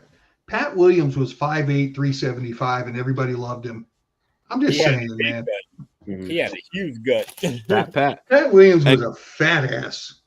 Cody, I don't disagree with what you're saying. Like, if there's a player at 24 that we just cannot pass up, then yeah, they're going to take him. I just don't see that happening. But I also don't think we're going to trade our pick until it is our pick. Yeah, like I don't think we're going to trade it ahead of time. But I do feel like it's going to come to us at 24 and be like, you know what?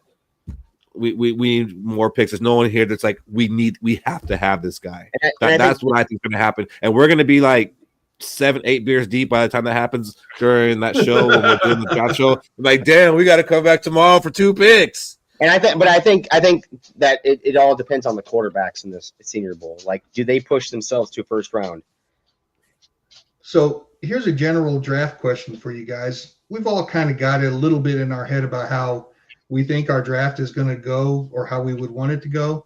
If we find out that we have a third round comp pick for Cousins, does that change your thinking at all? Like how you would want them to approach? Good luck, Dean. Hi, Dean. I don't think so, because I'm kind of already expecting that third round pick, because let's take the comp pick out. Currently, we only have a first, a fifth, a fifth. So it's kind of like I'm banking on that first round pick either being a Hall of Famer, All Pro, or we trade back and get 2 Pro Bowlers. Does Kirk Cousins even comp as a third round pick anymore after he missed the playoff? It's because the contract he signed. The contract. And we wasn't able to match it, so they gotta give us that comp pick. Yeah, no, Falcons did us a favor there, even though they tampered, and we should have got more. Yeah. So we want Sam Darnold to have recuperated millions tonight and signed somewhere else. We want that for next year's draft. Except we're going to sign a lot more this year. But yeah, no, Fish. I want him to. Do I think that it happened this weekend? No, I don't think it happened. But do I hope I'm wrong? Yes, I hope I'm wrong. But what is fucker? Nah, it's Hawks for life. Fuck your Cyclones. What I miss? No state.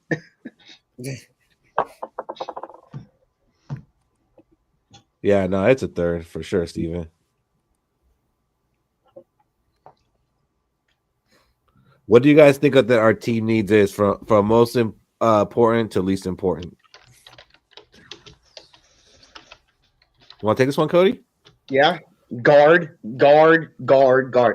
If I had the list of how many guards we've had starting in the past, I think it was 20 years, it'd blow your mind and none of the names are good guards like past 20 years. That's both left guard and right guard. I think it was Tom Compton, Udo. I think the best one was Alex Boone, and he only played for a year and got cut the next year. Like, that was the best guard we had. And we had, I think it was 19 of them over the past 20 years at both positions playing that position. Solidify me the guard. Give me the guard. I still remember talks about them saying, put in Drew Samia. Yeah. Right. Right there too, you know. Like, Yeah. oh, Wait, do we even have an OC? We don't have an OC. If you guys watched the National Lampoon's Vacation when they go to Vegas, and he's at the Hoover Dam and he's like taking his gum out and sticking on the holes, and another hole pops out. That reminds me, that's what we do at the guard position. Like, we're just pulling gum out, trying to stop this dam from fucking leaking everywhere, and that's the Vikings guard rotation right now. Jason, we need to do that thing again because that thing worked out beautifully for us. I mean, the Seahawks did it back to us with Nate Burleson, which kind of sucked, but Hutchinson's a Hall of Famer, and Burleson was just a good wide receiver. So it worked out for us. That's the guard curse, Jason, right there. When we lost Steve Hutchinson, we haven't had a competent guard since then. I'm going to go back to the take I had earlier and kind of repeat it in a way, but I think it's important because I think it's what's going to happen. So we have 4 needs, and you're not going to fill in as far as levels of like running back, O-line, D-line, and cornerback, right? Let's just call it what they are. So, but you're not going to fix all 4 of them in 1 year. So if you can't. I think it's like a puzzle where you have to fit the pieces in, and the puzzle pieces are the dollar amounts, and where the values are is where I think that what we are good at doing in the off season with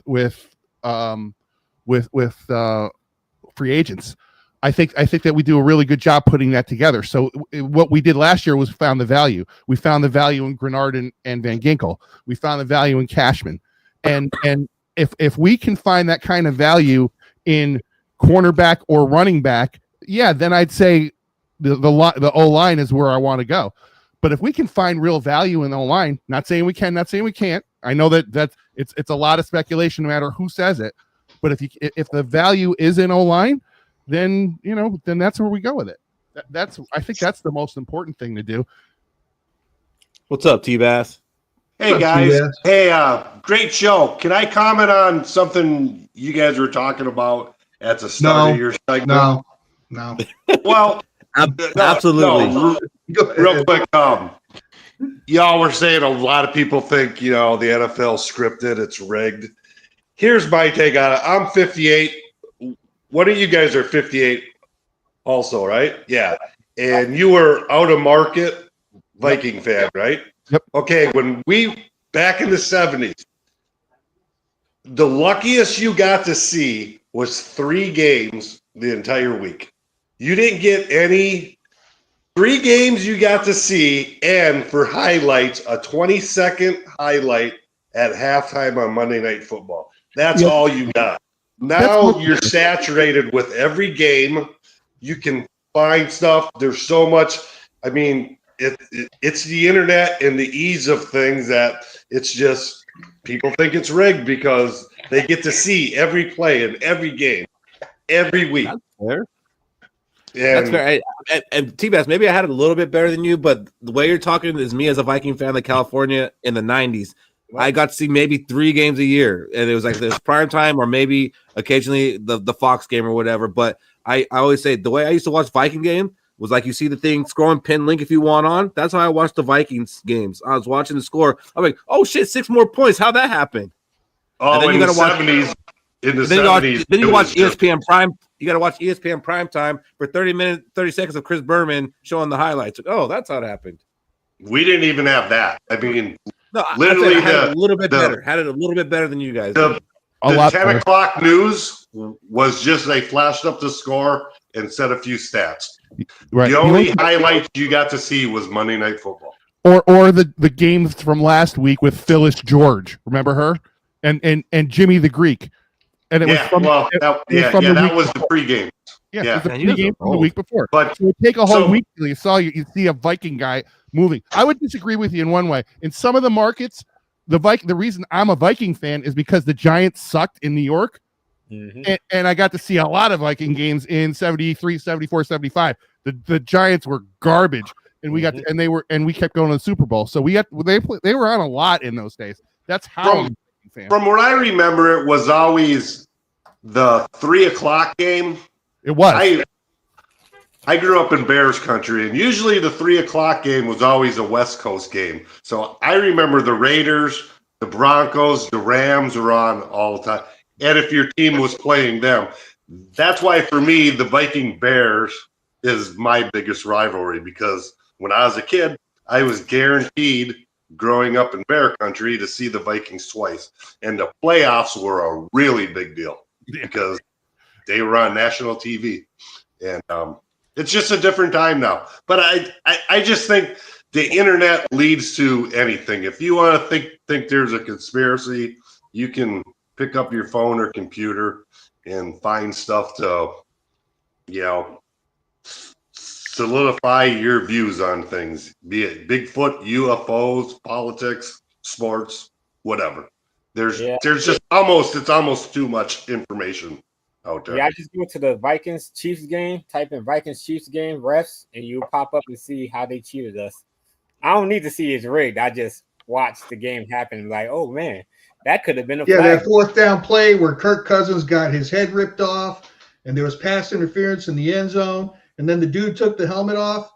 Look, I get it. There's more information you can point it to, but when you look at a team like, say, the Dynasty Patriots and now the Chiefs, and you see all the calls going their way, I'm sorry. But it's always been that way. I mean, so then what this you're is saying nothing is it's new always with been the Chiefs. rigged.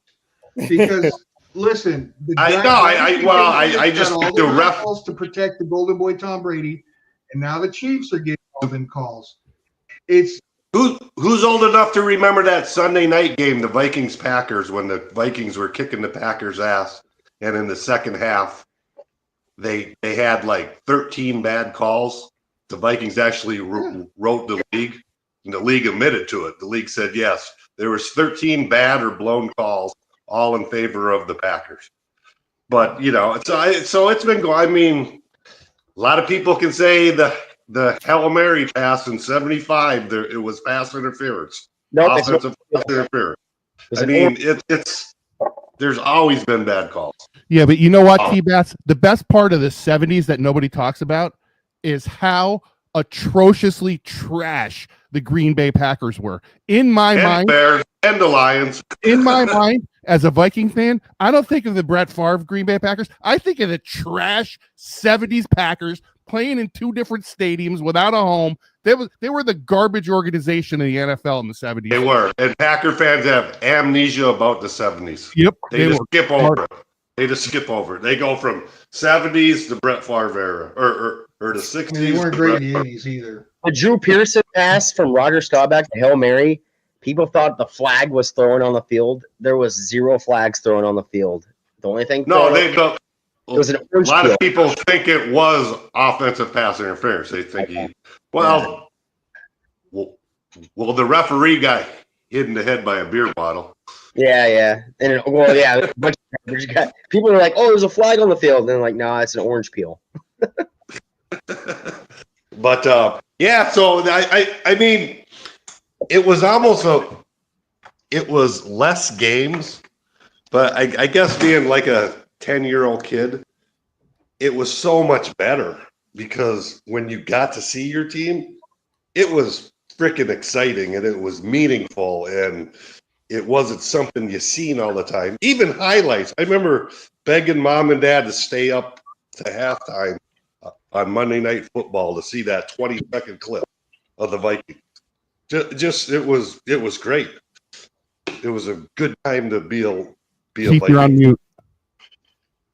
My bad. I say it was the same for me. Even in the 90s, like living in California, like when they were on TV, that was special. Like I couldn't sleep that night, and I'd wake up extra early, like very excited. Like I actually get to watch them play, and then they would lose most of the time when they were on. I mean, it's some things are great. Like for me, I live in Florida now, so I miss growing up in the small town I lived in and going down to the bar and talking sports with the boys. Football. We could be talking about the Bears or the Packers or the Vikings or whatever, arguing. Outlets like this show give me a great outlet because I miss that. Just sitting there talking sports. It doesn't have to be the Vikings all the time. Just talking sports, Bro, I'm really glad you said that. That's kind of what this show is, right? It's just like a bunch of Viking fans getting together, having a beer or two, talking shit about the Vikings. It's kind of cool, right? Yeah. 20 more years, fellas. Yeah, man. 20 more years. Caleb Evans. Caleb Evans. Where is that guy? I heard he signed with the Panthers, but I never saw him play, so I don't know. Yeah, but at least we got some playing time from the kid. You know who I always see is Smith Marset. It's like I'm watching football on Sunday, like after our game, like always randomly hear Smith Marset just ran a touchdown back for a different team. I'm like, what the hell? He plays for them now? So what's your guys' opinion? First round pick. I want a guard. I mean, first round? First round, yeah. Well, the best. I want to get a guard and have him here for 10 years. Give me Trey Smith and get the best guard in the draft. That sounds good. All right, so let me answer that for you, T-Bass, and I'll kind of go back to what we were talking about right before you jumped on, which is order of priority. I don't think guard's a high priority. I don't think that our offensive line was so bad that we have to make a first-round pick for the guard. And I think that it was demonstrated very well by the way that Jaden Daniels made quick decisions and got the ball out and processed quickly. Do I think that J.J. McCarthy's going to be as good as Jaden Daniels? No. But if he's 85% of Jaden Daniels, we don't need a first-round guard. We need a defensive tackle because we can't stop the run as well when it counts, and we need interior pressure on passing downs. Yeah, but we still need better guards to run the ball. Yeah, at first you had me lost. I'm like, get the hell out of our line. Suck, but you made a good point. We still need guards to run the ball. We got. Well, okay, I was going to say something, but I can't. I was going to say we've got a decent run game, but it's not in the red zone. Not by us, Riley. Yeah. So I just my belief is you draft an offensive lineman in the first round. He may not be an all-pro, but he's probably going to end up being a halfway decent starter for you for years. Yeah. You can't say that about a lot of positions in the first round, but pretty much an offensive lineman in the first round usually is almost a can't miss starter. And there's something posted. Someone posted, some journalist or someone posted how many guards the Vikings took in the first round in history, and it was 4. Yeah, and I just don't know that two of them are Hall of Famers. Yeah, 2 of them Hall of Famers. 2 of them are Hall of Famers. Check. I think there's like 1 or 2 guards that are worth taking maybe in the top 15. But like, is there really going to be one at 24 that we have to take at 24, or can we move back and get a second, third round pick and take one in the second? So I'd be fine with that. I'm saying our first pick, be it the second round. I still got to scout all the offensive linemen, but I feel like there might be 1 or 2 offensive linemen that's projected to go second or third round, and they might sneak into the first round because of Senior Bowl practices and the combine. But in order for me to take a guard, they have to be ready to move people out of A gap, and that's basically the interior. Like, if you can't help Garrett Bradbury block a defensive tackle, then there's no reason for us to draft you first round, because we can get a guard in the 4th and 5th round who can't help Garrett Bradbury, who just as good. Yeah, I just want the problem fixed. I think we all do. I think we all want that problem fixed. What about this draft, though? Anybody in the first round can go anywhere at any pick. It's like Got it. that 70s great Viking team. There's a reason they have 5 Hall of Famers that are linemen, and should be 5. They have Hell yeah, we want JJ McCarthy, Riley. four linemen that are Hall of Famers. That team wasn't great because of Tarkington, wasn't great because of the receivers, wasn't great because of Chuck Foreman. It was because of their lines. Hold on, wait a minute. Hold on. 3 of those Hall of Famers were on the defensive line. How does that relate to what we're talking about? No. Two. Page and Eller, and you had Yeri and Tingelhoff. Okay. Yeah, 2 and 2. Ed Marshall should be, and Ed White very well could be a Hall of Famer. So All right, I brain cramped that. For some reason, I had Marshall in the Hall of Fame. I apologize. Did we draft Yeri? Because I know we didn't draft Tingelhoff. Yeri was the first pick of the draft or the second pick of the draft. Go. He was our pick. Yo, Tingelhoff was a free agent. Yeah, free agent from the Denver Broncos. So Trey Smith is a free agent from the Kansas City Chiefs. Let's go draft us our Yeri. And just put those motherfuckers into the game. I don't think there's a Yeri in this draft. I mean, that's just like saying let's draft our Patrick Mahomes. So I gotta see how. Look at when we drafted Randall McDaniel. Didn't have to worry about that for how many years. He might have been the best ever to play guard. That's the thing. We're trying to compare, like to Keith's point. We're trying to compare people that are Hall of Famer, lifetime, unbelievable players. Right, true. We've only drafted 4 guards in franchise history. You think that, and just like the quarterback last year, you think it's time for a change? Okay, let me ask you this, guys. So Trey Smith seems to be the lottery of the free agency. It's come to my own thinking that the Chiefs realize this. Okay, the Chiefs might not be able to pay him, but why would the Chiefs not throw a franchise on him, knowing that they're going to be able to trade him for something? How much would they pay him for the franchise? Yeah, what's the number? I mean, it's going to be like around 18 to 22 million because it's only like the top 5 guards, and the 22 million is like the most. So I think it's worth it. I think it's worth No, okay, but time out. You're not letting me finish what I was going to say. There's going to be a lot of teams biting for that, and the Vikings don't have a lot of draft capital, and that's what the Chiefs are going to want. Hey, would you guys give the first pick for Trey Smith? No, I just waited out like Ladarius Sneed. No, so in all honesty, I don't think anybody would pick up that contract for a guard and give up a first-round pick for him. Wait. There has to be a trade partner, which is why you don't see a lot of that franchise tagging and trading. Because right. So someone might offer a second and a fourth or a third. We don't have that. We have a first round and a fifth round. I mean, didn't the Vikings get Hutchison after Seattle franchise tagged him? No, we have a free agent. They basically couldn't re-sign him. I thought they franchise tagged him, and then the Vikings offered him a bigger contract. Yeah, that may have happened, and that might have happened. But back to a franchise and trade.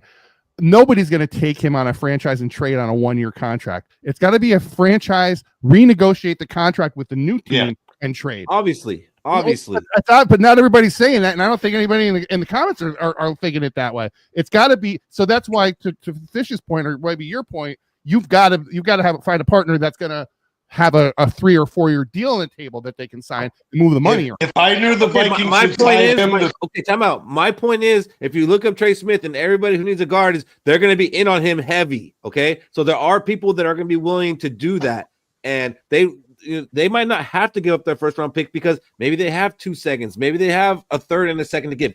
We don't have that. If we want to be competitive, we would have to give up our first round pick. Would you do it? Because other teams are going to give up that tag. Yeah, I would give up a first round. You wouldn't do it, but you'll go draft a guy that hasn't played in the NFL with your first round pick. Yeah, because I would give up a first round pick for him. I would definitely give up a first round. Do it.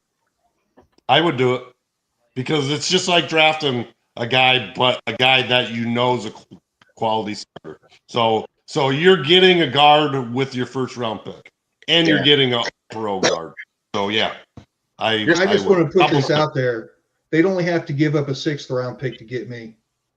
And can the If that's an option, are the Chiefs financially stable enough to franchise tag that guard? I don't think so. yes, because they know that they're gonna make a deal. And they may they know, like, Carter Cap may not.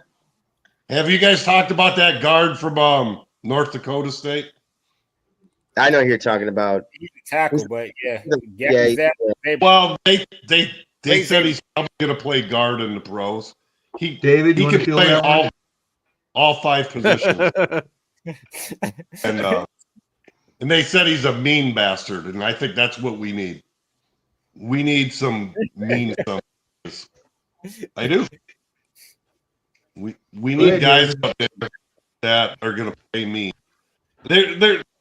There's nobody on the Vikings right now that, I go out there and be like, yeah, he's a badass. He's mean. Samia was mean.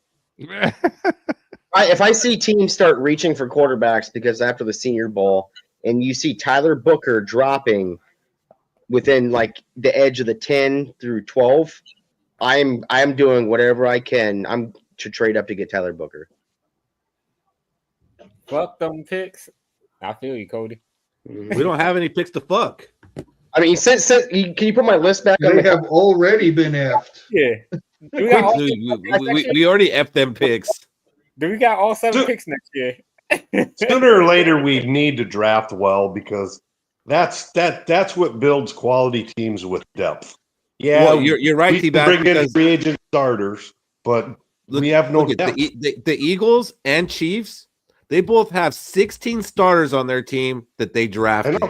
I know. 16 out of 22 starters they drafted. Hey, the blueprint's there with the Eagles. We have 3. 18 UDFAs on this active roster now. Come on. Well, we're UDFAU. So I'll say we saw talent over talent in the playoffs. Of course, Robbie is going to co-sign on Cody's pick. I'll say the Rams did a pretty good job. They barely been using their first round picks. You know what they did? They was hitting on the 3rd or 4th round picks. So they said, "Fuck the first round. Yeah, why do we need a first round pick? We could just hit on 3rd or 4th rounders." As long as you draft well like that. I mean, Baltimore year in year out drafts well. I think Ozzie Newsom's a great GM. He's a great nose for talent.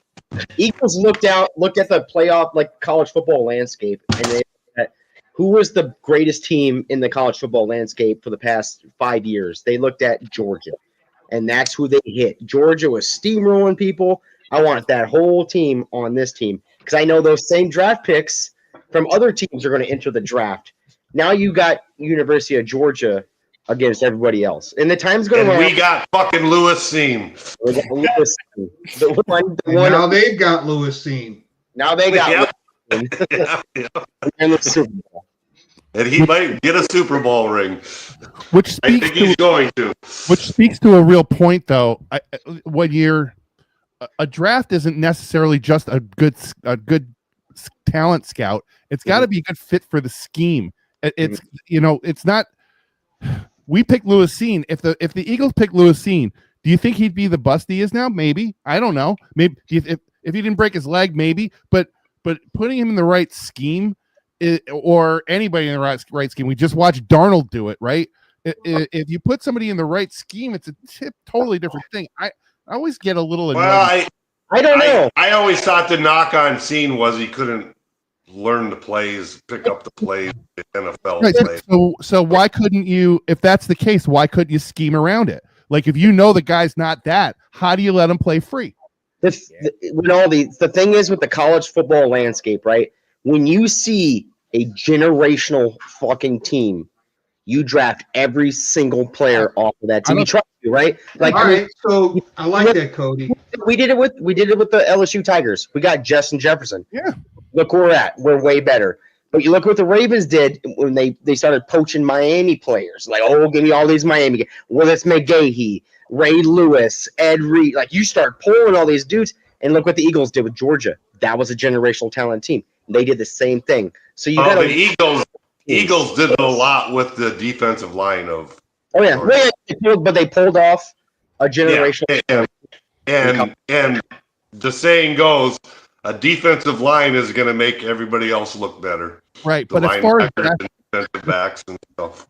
right, but as far as drafting goes, I don't think it's a new idea to draft a lot of guys in the same team. The Vikings were doing it 15 years ago. Greg Childs and who was our right.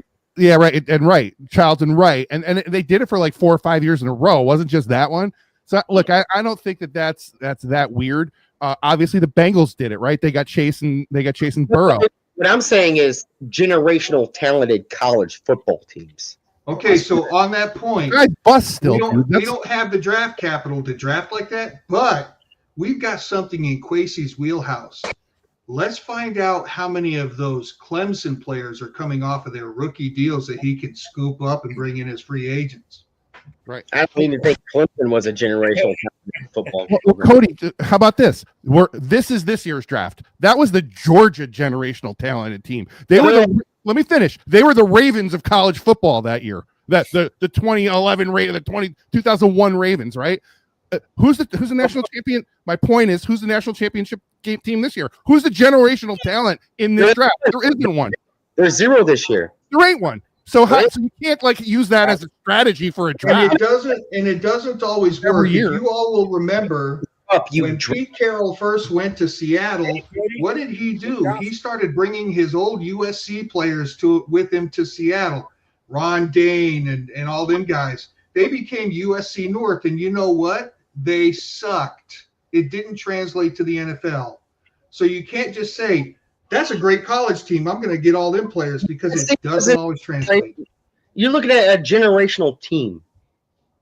Is who you're drafting from. I can name 3 in my lifetime. It's LSU, Georgia 3 years ago, and then the Miami Hurricanes beat Nebraska. Have you forgotten how dominant USC was 20 years ago, dude?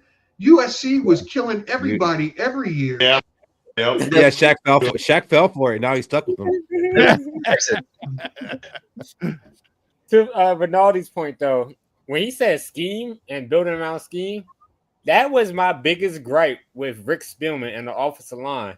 We passed on so many offensive linemen because they didn't fit this shit scheme of whatever the fuck we was trying to do blocking.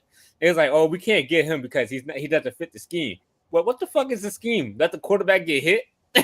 It works both ways, Shaq. To that point, I completely agree with you. I don't think they were as bad at drafters as they were putting a fucking terrible scheme in. How much of a scheme is there for a guard? Either you're pulling on a run play or you're fucking pass blocking. Yeah, that's high school though. No matter brother. what fucking offense you're running. Well, either you're a mauler or you're a zone blocker, and there is no in between. Yeah, and they're trying to get to the second level a lot to hit home runs.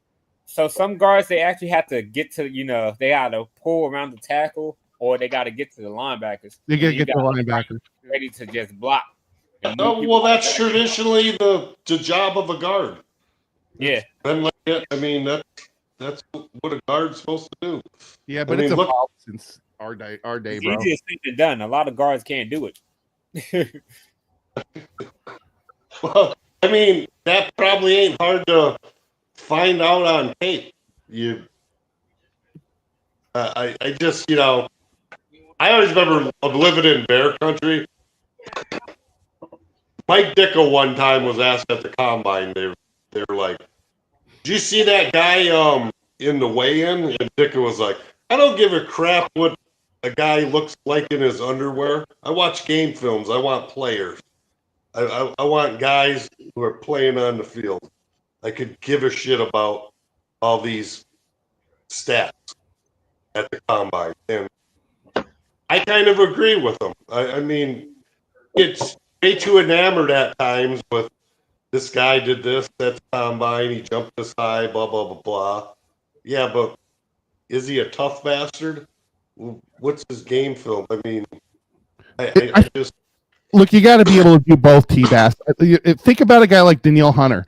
He did not look that great on tape. I mean, he had like two sacks in college, right? I mean, but look at the dude, right? I guess maybe to your point, right? He looks pretty good in his underwear. I would imagine. I got it in there. I got it in there in time. I would imagine he looks pretty good in his underwear. So, I mean, look, and they put him in the right spot to succeed. It's about coaching too, which is all my point is on that. But they also drafted him as a project. Yeah, as a number 3. Yeah, he was a number 3 pick. Yeah, he wasn't talk to anybody that year. That was way too high for Daniil Hunter. Trust me. Yeah. He was projected 4, 5, or 6. So I honestly believe a 3rd round pick should end up starting for you. We haven't had one of those in forever. No, that's the thing that was the start of the downfall of this team, as in depth, is that 2021 four 3rd round picks, and they missed on them. Stop. Totally. Guess who we missed on? Guess who we missed on? Kellen Mond. Missed on a whole shitload of guys. The whole shitload. Amon-Ra St. Brown was there. You can't come on. It's just perfect slot. We need a slot wide receiver, and he was there. And we took Chad Surratt and Kevin Mond. Chad Surratt. And the guy from Ohio State that looked like, well, that might be a good Wyatt Davis. Yeah, he just turned out. Davis, to be fair, I remember seeing we drafted Chad Surratt. I never did drafted understand. Chad Surratt, and I watched his highlight video, and I said, this guy can't tackle. He's a linebacker who can't tackle. Yeah. I couldn't believe that pick. I fucking lost my mind. Okay, so those were bad picks, but if you look at some of these O-line guys, I guess it's pretty easy to talk about the Ohio State guy now. But I remember, I don't think anybody thought he was bad then. No. I said I was kind of excited for him. I was a little excited about it. Wyatt Davis is a gameable pick because he came off a significant ACL injury. He did. Yeah, that was a gameable pick. What did we get in Ezra Cleveland trade? I always thought we should have kept him. Like a 5th or 6th round draft pick. We got a bun and hot dog water. Yeah, you missed to talk about Deion Walker. He was a cap casualty, right? He was going to be because we got I think we picked up Dalton Reisner, and it's like we didn't want to pay Ezra Cleveland while also trying to pay smart move. Cleveland or Reisner. It's one of the reasons I hate Ezra this last year and the year before. Like Ezra finally showed his face this year, so it's a better scheme fit for him. But I hate Reisner because of that. I think Ezra had like a 46 PFF grade this year. Oh yeah! Wow. At tackle or guard? At guard. At guard. We traded him for a 6th round pick. That's wild. It made sense. I mean, he had a good year that first year with Jacksonville. I don't think he had a good year the next year. Yeah, I just thought he was a good depth piece. I'm not saying he was going to be a all pro, but a depth play that can play tackle also. I think that's our problem at guard. We sign a bunch of depth guys. They're depth. They should not be starting in the NFL. You only start them when you need to start them because your starter's out.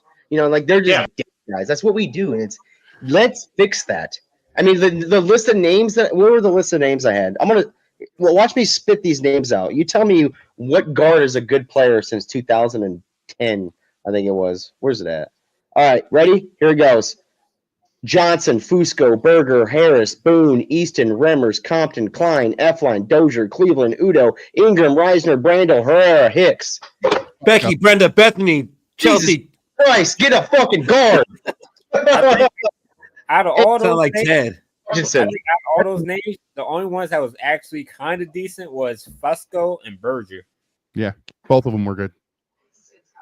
Oh, and then Anthony Herrera. But that's the guy who still had Steve Hutchinson. Yeah, you have Steve with Fusco and what you ever the other name said. Yeah, you had Hutchinson. So you can kind of make up for their shit. It's a long Right? time. And we gave up on that low kid and gave him away for nothing way too early. Oh, you talking about the one we gave to the Patriots of Darian Lowe? Yeah.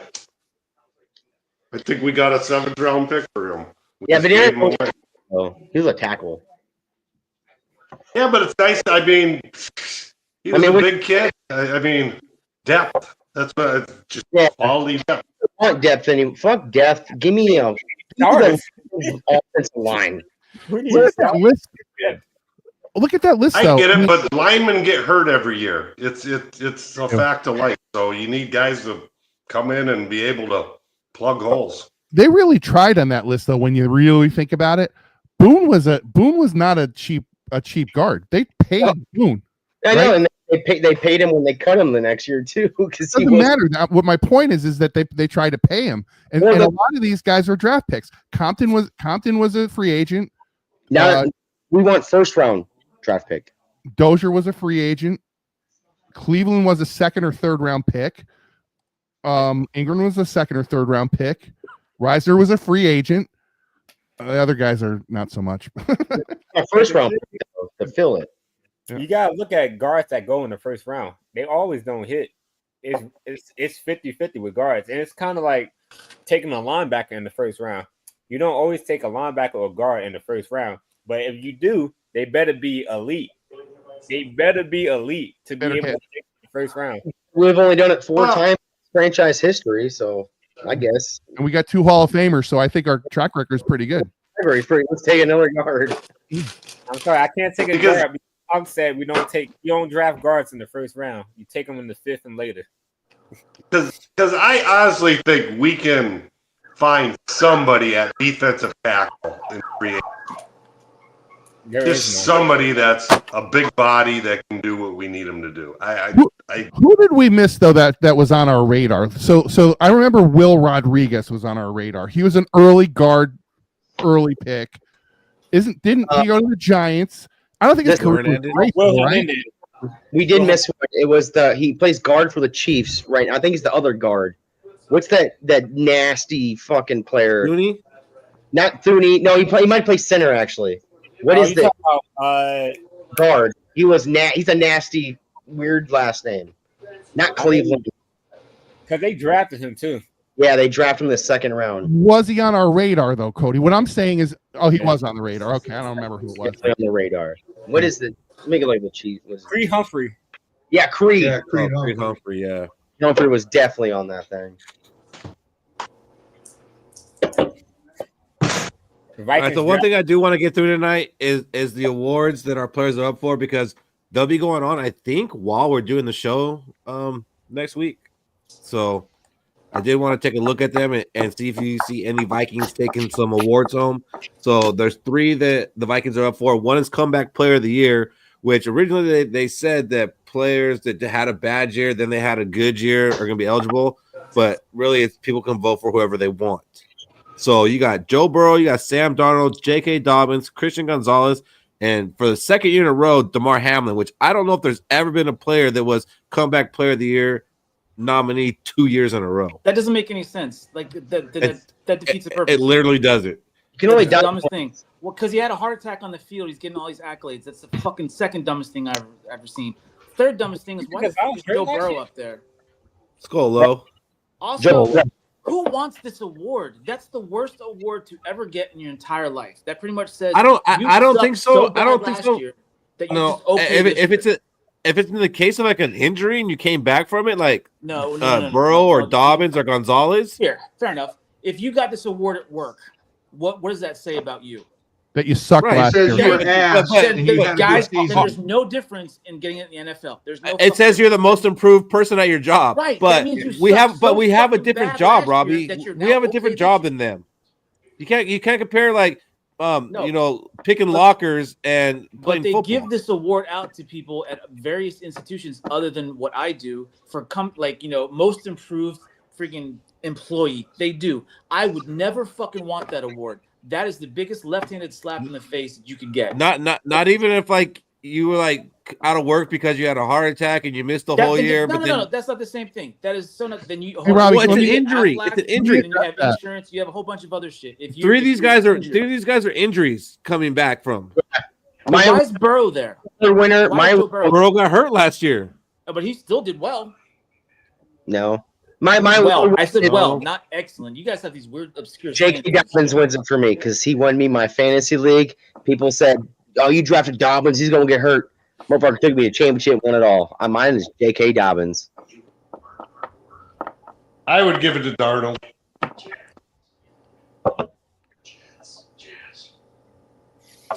Darnold. Do you guys think that Darnold has a chance to win this thing? No. He's probably gonna get it. It makes the most sense. No, I think Burrow's going to get it. I don't want him to, but I think he's gonna. Burrow has MVP numbers. But Burrow has. I think Burrow, and I think that's why Burrow's going to get it is because Correct. people wanted him for MVP and he wasn't up for it. Consolation award. But hold on. Yeah. Wait a minute. Burrow has always been good. Like every season, without fail, he's been good. Or Wasn't he really hurt last year though, bro? Wait, no, hold on. Wait a minute. Joe Burrow has never been mediocre or like let's say out of 10 a 6 or a 4. Sam Darnold has always been a 3, a 4, a 3, a 4. He rose to the 5 occasion for us this year and stayed a 5. But Burrow has always been good. 5. Sam Darnold has rose to the level of mediocrity, which I guess, mathematically speaking, is the most improved. Burrow has always been good. I think the most 14 games. 5. The most well-deserving J.K. Dobbins. That dude, every year he's been hurt with like a season-ending injury. He's been hurt all year. He got hurt this year and still came back for the Chargers to get them to the playoffs. Like he still rushed for 905 yards, missed 4 games. In the past, he missed every single.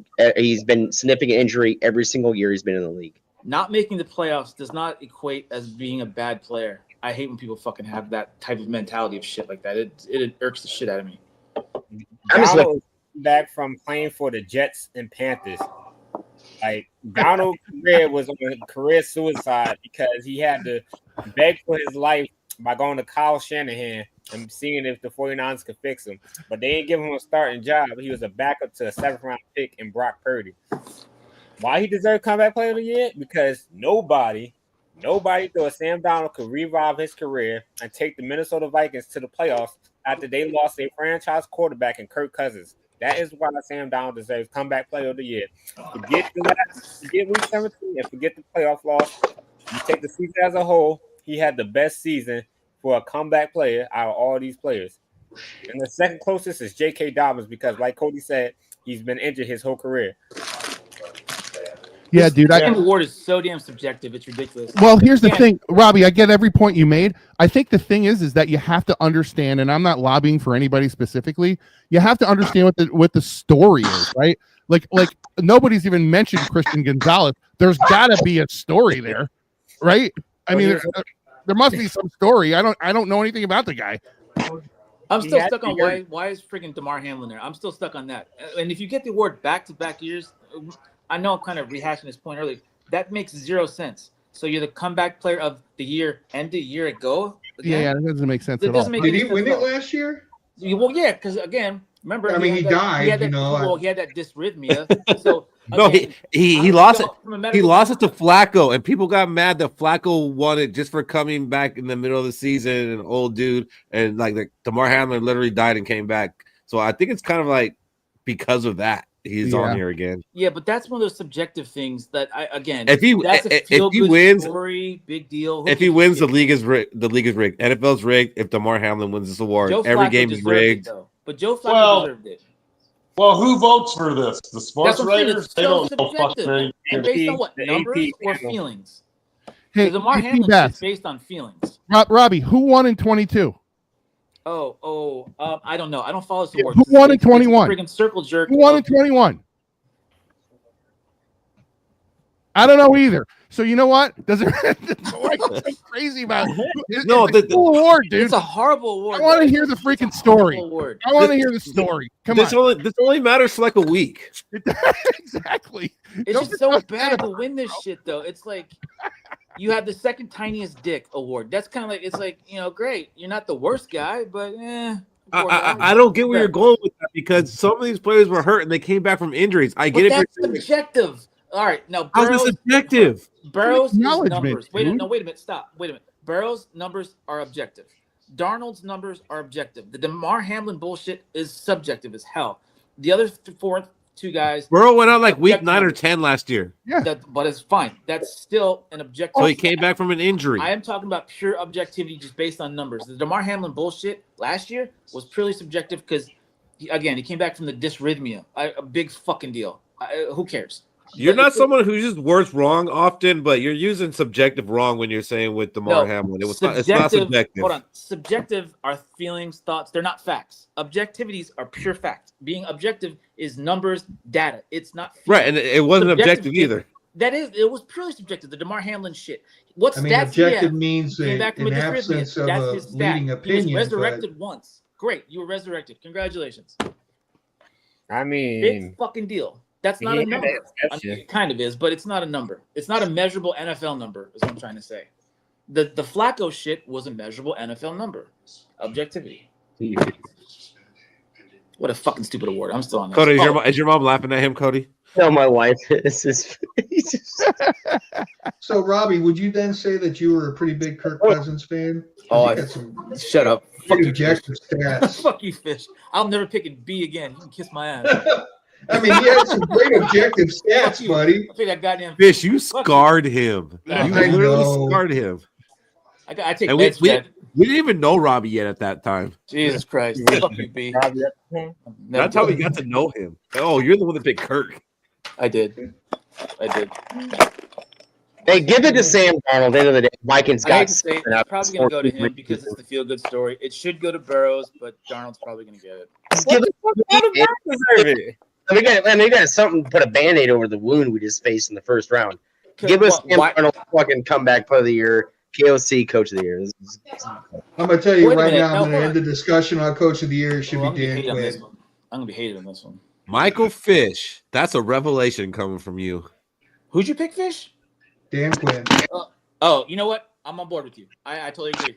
He took a 4-win He's done he more took a with less. team and made it to the NFC Championship game. Unfortunately, it's only the regular season, so I know, but But that was 2 years ago, Fish. That's not this year. He took a DeMar championship Hamlin to a divisional round. DeMar Hamlin in this whole thing right now. Let's just stick to this year, right? I would say Dan Quinn first, Campbell second, O'Connell third. O'Connell third. Yeah. I think Campbell did a good job with all the injuries. That's why I would give it to him above O'Connell. Wait, all right. Marco We Solo. talk about this injury shit with the Lions. Their offense had so much firepower to freaking that was not injured to compensate.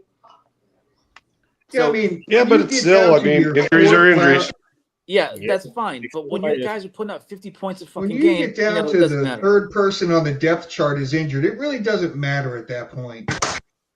I mean, how many starters were injured off of their defense? 3? Again, when your offense is putting up 50 damn points. I mean, that's my I'm point. looking at it as totally not a fan of any of these teams. I think a lot of people look at it. Including the Vikings? We're all Viking fans, and you're pissed off that if Dan Campbell gets it because he's a Lion. He But had I'm looking at.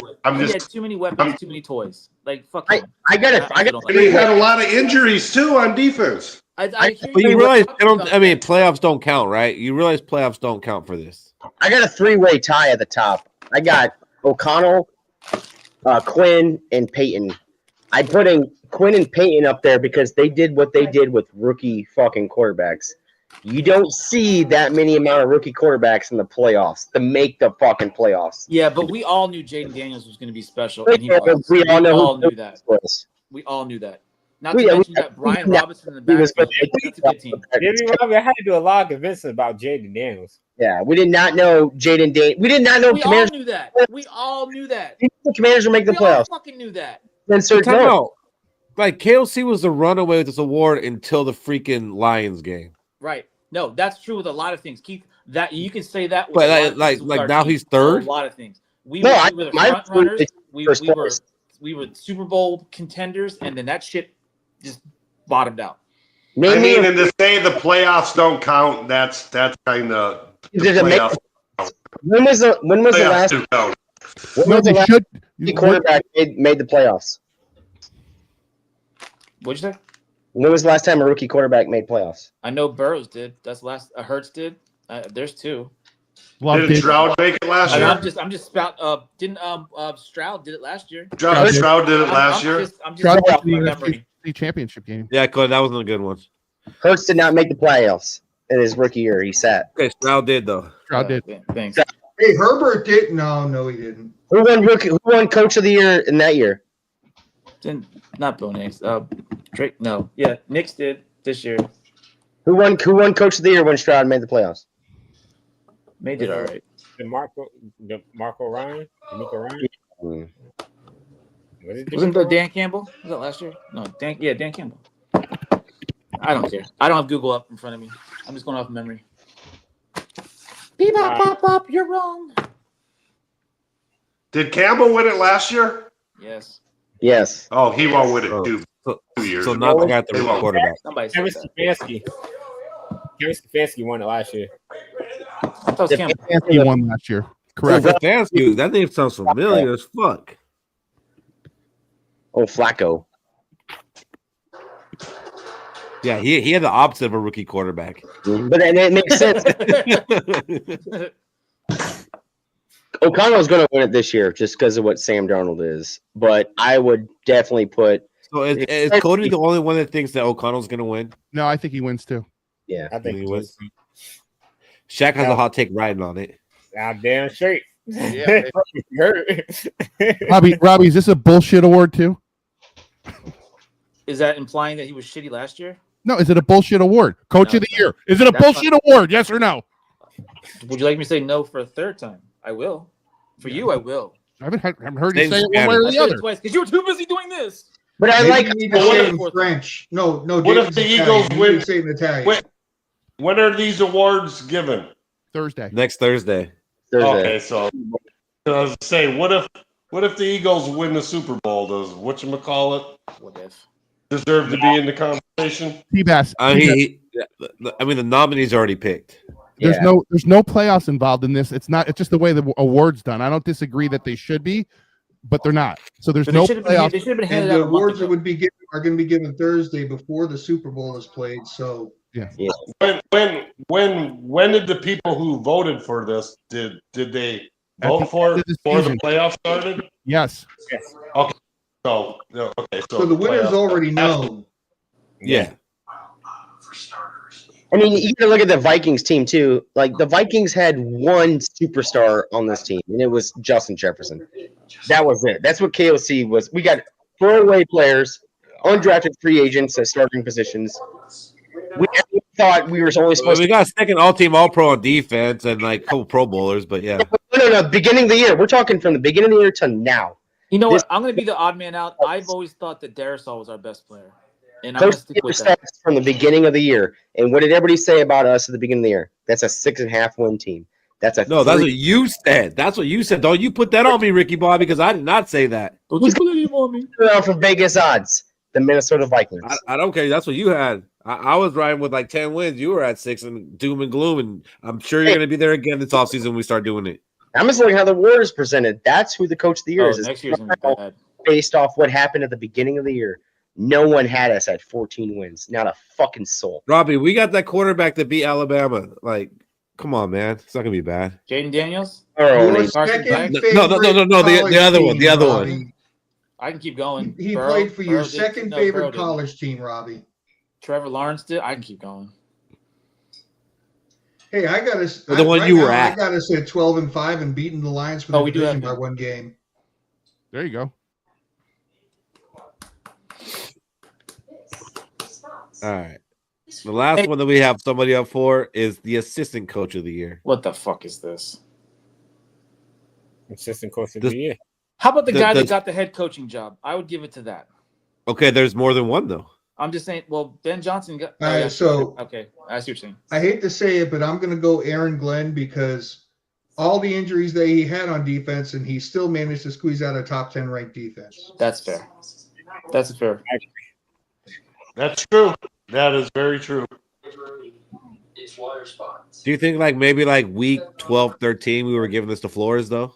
Yes. No. Week 6, we sure as hell were. Week 6, then, we were.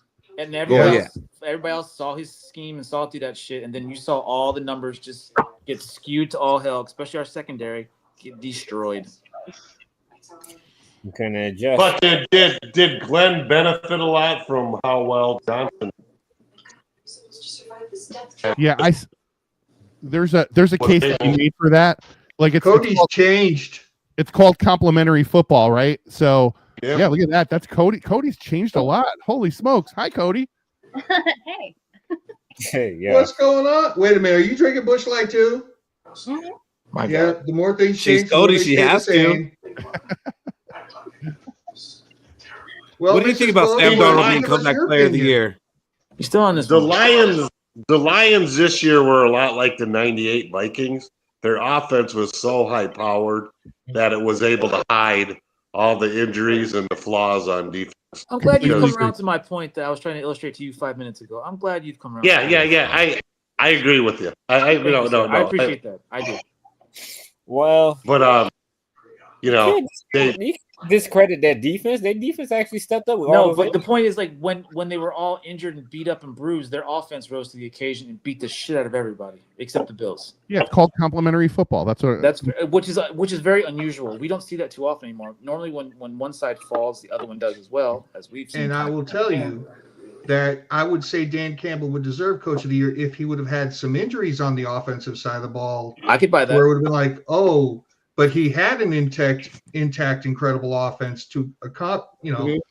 I'm saying that there wasn't as much adversity as it appeared. The Lions also have a very good secondary that was pretty much intact the entire time. 100%. So, I don't wanna hear Carlton Banks broke his jaw.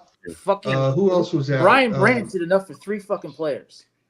I mean, Branch is awesome. He's a stud. The Lions were supposed to win the division, and they won the division.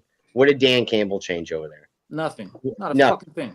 Not a thing. That's what I'm saying. I mean, he's a good coach, but Coach of the Year, it's who does the most with what they were given, and I think Gibbs did the most.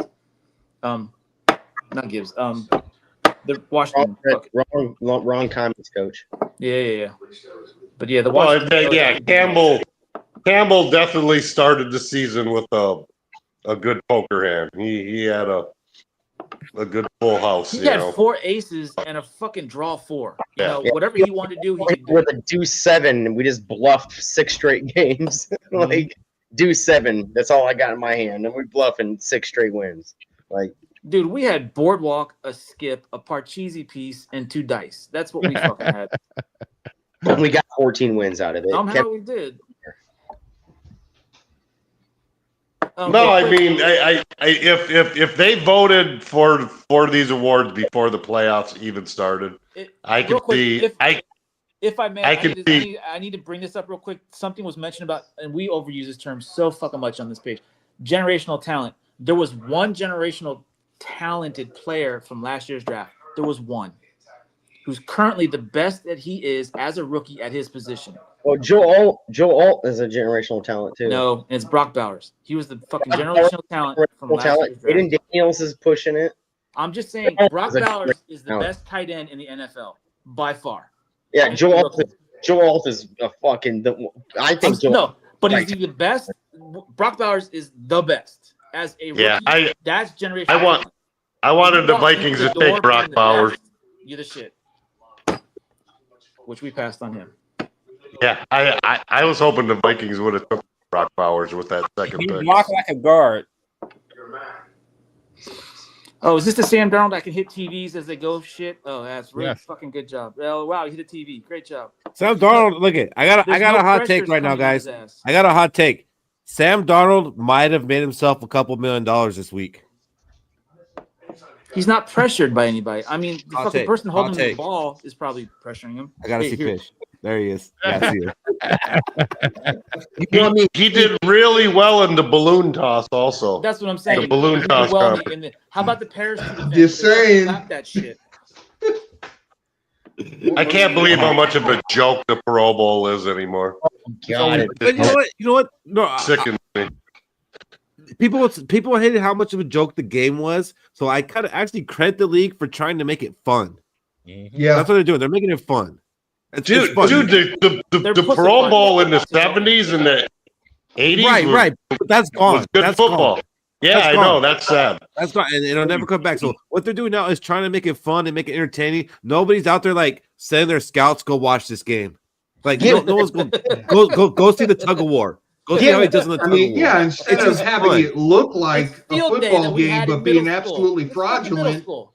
they just said, okay, we get to be Like sandlot football. player kids, you know. But I Yeah. mean, Yeah. that's It's fun. that's where I It's fun. I hate where people say he's a Pro Bowler. Who gives a fuck? He played in a flag football game and a When dodgeball do they game. have to find the colored Easter eggs? Pro Bowl Wow, because of that what he meant. did in the I'll season. stay tuned for The that. only reason why we have a Pro Bowl is because the NBA has an All-Star game, and if you become an All-Star, you get paid more. So get rid of the Pro Bowl. Contracts will start going down for good players. There's no reason to get rid of the Pro Bowl. Like what they're doing is just fun. They're there because they had a good season and they earned to go have some fun with the football. But no. But I mean, the only thing that matters is the All-Pro first and second team. Yeah. The Pro Okay, Bowl that's fine. label That's fine. for a And all those guy, guys are there this guy too. was a All those Pro guys are there Bowler too. is They're all there bullshit. too. T-Bass, there is one upside to it too. Aside from the fun, which is a really good point. I don't know if you ever listen to some sportscasters, but when you look at, if you care about football players from your era, when they retire, they've worn a helmet their whole life. A lot of these guys that are really good football players don't ever get their face shown anywhere. And I think it's really a good thing for the players down the road where they can just kind of become a little bit more noticeable and a star a little bit. Honestly, as bad as it is, I remember those old all pro games. They were amazing. They were pretty fun, but they ain't ever coming back. And it's a really good place to see these guys and give them a little bit of FaceTime on the screen because these guys. You can bring it back. You can bring it back just like in the old days. It's not Just fun. like in the old days. Bills? The Do you want to difference- make the Pro Bowl? Well, just like in the old days now, the team that wins the Pro Bowl, an actual football team, each player gets $1 million. You'll see the fuckers playing $1 hard million again. to them is Never gonna fucking happen, nothing. bro. $50 million. Why? The league's got a bunch of money. They got contract money and stuff. Bro, I mean, that- they have that's what the- part-time. They have part-time refs. You're gonna pay them to stop. And until they get injured playing for $1 million and they lose their $15 million contract. I mean, that's why the guys played hard. The NFL's back- All-Star game. The reason why I don't believe in the NFL's All-Star game is literally the only All-Star game in all sports that doesn't have a predetermined factor that leads into the playoffs. True. Yeah. The NBA All-Star game, which side? That side, Eastern or Western? That's the first home game in the finals. NASCAR, you get a top 10 spot. What's the other one? What's the last one I'm looking for? Baseball ended Baseball, it. you Baseball ended get that. Baseball ended it though. Yeah, Wait. baseball. Yeah, NASCAR got an All-Star? I don't think hockey matters. yeah. Hockey. And, Well, to the point of the way the Hockey's Pro Bowl 3-on-3. was played in the old days, the Pro Bowl was played the week after the Super Bowl, and even Super Bowl contestants would play in it. And I remember an interview with, I want to say it might have been Dan Deerdorf. I think he was an offensive lineman. And one of the things he said about the old Pro Bowl was he would make it to the Pro Bowl, but his team wouldn't make the playoffs. And he would say something about how he would be out of game shape when it came time to the Pro Bowl because he hadn't played football in over a month. Yep. And all of a sudden, he's got a Super Bowl defensive tackle lined up across from him, absolutely murdering him because he's still in game shape.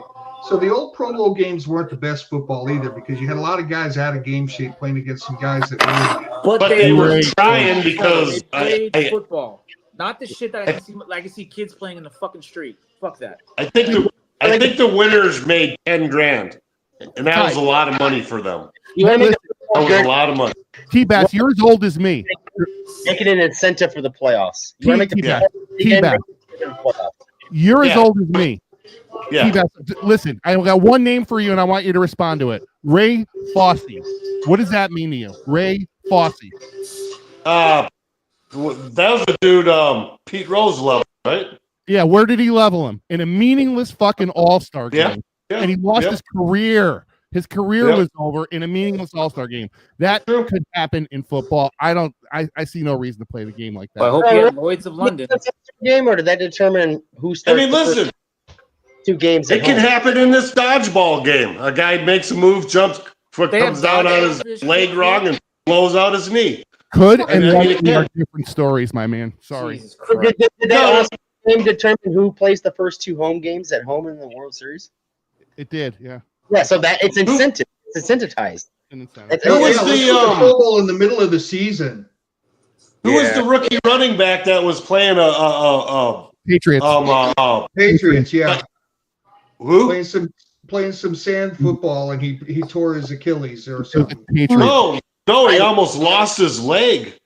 Yeah, He never played again. He was rookie of the year. What the hell was that kid's name? So why would did he try want to to keep doing again, that? but he didn't make it through the next season. I just get rid of it. Yeah, he had a Yeah, Bridgewater. I like that. Just get rid of the fucking Pro Bowl. Give Yeah, him yeah. awards and that shit. Give him a fucking Like we're just Calm looking at bitches and move just on. playing dodgeball, and that's like, That's so You stupid. guys just don't like fun. yeah, I don't like them having fun. Fuck that. I want them to get hurt. Fuck them.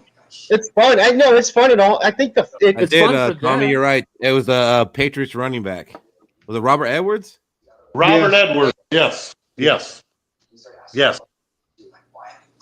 They were contemplating on amputating his leg. It was so bad. or don't be the NFL and make it an entertainment business like we were just complaining about earlier. Just don't play the Pro Bowl on live TV. If they want to have fun, go have fun. Yeah, it's better off that way. Like I don't. But that's I what don't they're doing. They're care having about it. fun. And even back in like in the 90s, the Pro Bowl was like already kind of a joke. I mean, they were still kind of hitting and playing, but the fun part was watching the quarterbacks do the skills competition and run the obstacle courses. Like that was actually the fun part the day before the game. Like, and that's what they're getting back to. I like And it's the fine. National Like Pro it's Bowl. fun. It's fun. It's fun. It's not We a had football that. game. We had that as kids too. After the year was over, remember when the NFC AFC would have that battle of the network stars against the Super Bowl teams? Yeah, Fonzarelli, baby. No, but it would always be the 2 Super Bowl teams would do it too, and they had a obstacle course, a tug of war, They a did do mile that. relay. Yeah. We had that as kids called Double Dare. And they're bringing it back, And- and it's just fun. Like you're not like turning the TV on to watch a football game. You're like watching these football players do these fun things. It's just fun. Like I don't I know. would enjoy It's that fun for more, them. you know. It's not fun. Give me this us. for the Pro Bowl. Give me the the longest throw back. Give me the longest throw competition back. Give me that. Okay, I agree. For that. And then for running backs, give me the fastest running back. 100-yard dash. Yeah, 100-yard dash. and then give me spectacular catch. And then for the defenders, give me hitting this bag. Whoever has the most forceful hit on that bag. 'Cause you know what I'm going to do with that? No, Or a no, a GM? tug of war. Like Yeah. War. a 12 More 12-man middle tug of war. Middle I'm school gonna field use day. that in the offseason. Again, bring out the parachute. Start flapping that shit. I'm going to use that in the offseason. Oh, shit. Josh Allen can throw the ball farther than Do the shoebox races with your feet. And shit. I want to see talent show. I think hey, I'd like Fucking, yeah, it's talent. There talent you show go. would be That cool. too. A dancer. How about karaoke? Let's fucking have them. Yeah. How about having them do that. some Olympic type sports like the javelin throw? That would be nice. How about a nice Combine. little mat event? Get the offensive linemen doing the shot put. Give me a Cody? combine for veterans. Give me a combine for veterans. That would be nice too. That way you can incentivize it for your GMs and head coaches. Who you picking up as a free agent in the offseason? Because I know that motherfucker made a Pro Bowl. He's going to be a free agent. Show me what you got. We're going to reevaluate. The free agent I agree with you, combine. Jason. It's just fun. It's so fun then when the you've got guys had a this- good season. You've got this Pro Bowl defensive tackle that can only do 12 reps on the bench. Yeah. And I'm sorry, you saw the video Sam Darnold was doing. You don't think like that most of the quarterbacks wish like, damn, I was there doing that. Like, that's fun. He's on a little vacation with his break. You know, you take your family. It's a vacation, and now I'm gonna go throw football some TVs. You don't think there's other quarterbacks who But didn't they're make millionaires. the? They can go I wish I anywhere was in the doing world that. they want with their family. Yeah, but half of them Anywhere. dropped out of it. Yeah. Half of them dropped out of it in the first place. Yeah, most of them did drop out. I was like, I don't Who want to do that dropped out shit. that didn't make the It's Super Bowl? Jaden Daniels. I mean, there's so many guys that drop out of it. It's like, yeah, I'm an all pro after 5 guys dropped out of my. I would replace Sam Darnold. It's ridiculous. That's why all pro first and second team is the moniker. Sorry, Jay. Sorry, Darnold. You got to go. Jaden Daniels is the dude in the Pro Bowl this year. But didn't wait? Was Darnold an alternate, or I thought he made it on his own? He was like the second. I think it was Goff, then him. Yeah, Goff and Daniels. Darnold. Yeah. No Daniels. Like the No, Pro Bowl. I thought Daniels was third. Like, no, he was voted in like third though. He was voted in. Over who? No, it was Goff. Like there's always like 3 for quarterbacks. Like when they get playing time, it was Goff, then Darnold, then because Mayfield was the Daniels. third. Mayfield was the MVP for the flag football game last Pro Bowl. Big fucking deal. That's such a stupid. You can't deny the flag football MVP. Wasn't that game like 102 to fucking 97 or some shit? It was fucking stupid. I'm glad Keith Morty point. They had fun. Good for them. Cool, Rob. If you want to go watch like your wife's soap operas, then watch your wife's soap I'd operas. rather I hear watch them in the background. I missed One Tree Hill other than fucking watching that shit. Maybe I some didn't Dawson's watch Creek. that. God damn I it. didn't watch that. Some Dawson's charms. Creek was pretty good. I'll throw in some charm. Damn it, those chicks are hot. I'm almost done with Varsity Blues. Don't ruin it for me. I'm on the last That was season. not a good. I would not. I've enjoyed it, to be honest with you. The first season's good. It gets dumb. It gets. It does, and it's more drama than football. But I've enjoyed it. And now that we're here, let's go ahead and end this. So let's go around the horn and give our last words. What do you got, Robbie? I am playing my very, very, very biased and unsacrilegious side here, and I'm showing my ultra prejudice, which I always do. I know this is not a fan favorite here. 1, fuck the Chiefs. I hate them. I really hope, and I'm going to say this and lose a little karma. I build up it throughout the year. I really hope Patrick Mahomes gets injured, and I mean not horribly injured, but just fucking injured, where he's out for whatever, ever. I'm fine with that. I'm sick of him. I'm sick of State Farm commercials. But not to belabor a point, let me back up. My prejudice, my horrible, horrible prejudice. The Eagles are 90% fucking SEC team. Go Eagles. Gee. I hope Jalen Carter puts a hole in him. I really fucking do. T-Bass, last words. I put 500 on the Eagles last week, and I'm letting it ride. I think the Eagles by at least 6. It's going to be easy money. Damn. I hope not. And again, it's because the fans. I can't. Oh, their fans are bad. Oh, that is bad. Oh, that's true. Still, SEC. When I'm gambling, I don't look at anything but who's going to make me money. That's fair. Ronaldo, what do you got? I think watching these playoffs, it showed me that the NFC has a lot to be desired still. The Eagles are a really good team. I do think they're, in my opinion, a little overrated. They had a really lucky run, a really cakey run into the Super Bowl. To me, they ended up with home field from a 2 slot. That's kind of lucky, guys, and that can happen to anybody. Which is what my point is. You don't have to be the freaking best team in the last 30 years to get a real Super Bowl run. And I do think that with the right moves, the Vikings can do that next year. So don't be down, no matter who the starting quarterback is, no matter how many guards we freaking get in free agency or the offseason. Really, it's just a matter of getting to the dance and being ready when you are. All right. And I think that you could see anybody from the NFC do that next year.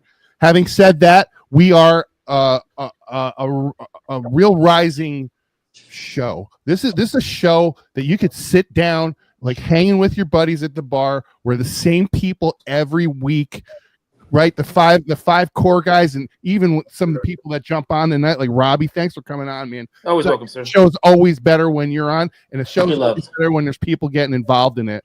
And we do that often enough that everybody should be part of this. Really thank everybody. Skol, let's Skol. Nice. I love it, Ronaldo. What do you got, Shaq? I'd like to just thank everybody for joining us tonight. Make sure you guys keep up, because I think the East-West Shrine game and the Senior Bowl is this week before the Super Bowl, because, besides the Pro Bowl, they also got the College All-Star game, which is more important for scouting purposes. I like to say, anybody who's still here, make sure you leave a like, comment, and subscribe on YouTube or Facebook because it helps bring more Vikings fans in and help them see all these beautiful faces on camera. So if able to, then also you could send us money on coffee at Let's Go, or you can also send super chats now since we reached our goals of 500 subscribers. And we also like to thank everybody who did subscribe. But that's just the tip of the iceberg. Keep on subscribing, keep on liking, and let's go. Let's go. Let's go, baby. Count those kids for me. Unk, don't leave yet. This one's for Unk. Unk. Thank you. Okay. He's there. We got Booger Presley on a mean guitar and a rap by Little Old Me Lamar. Takashi's beating on his gong. The boys in the moose are singing along. And just when you thought you'd seen it all, along comes a lambda 4 foot tall. Wormser. God, I hope he stayed for that. I hope he stayed for that too. Because when I saw him say, I gotta go, I was like, no. That's great. Because if not, you got to do it again. Yeah, I do. 5, Lions 11-6. You think I'm wrong? Go ahead and look at the opponents. Look at their road schedule. It's the stuff nightmares are made of. We're definitely going to do that, Fish. That's right. I'm just getting everybody lubed up for next week. Fish always gets everybody lubed up. Mm-hmm. So, yeah, I ain't too worried. We need to get us a good defensive tackle. We need a quarterback that can make swift decisions. And we just need to do this. Unk stayed. And yeah, so I'm actually gonna watch the damn Senior Bowl this weekend. It helps when you watch the rest of the year too, though. No, that ain't happening. Dude. That's the bonus. No, we just watched the Pro Bowl. We watched the Pro Bowl. We know what happens. Listen, I'm going to say the same thing, Robbie, that I've said to Keith a few times. I ain't got the bandwidth for that bullshit. I'll catch it when I can. I got you. So, yeah, and we're going to have some fun. Keith, are we going to do a watch party for the Super Bowl?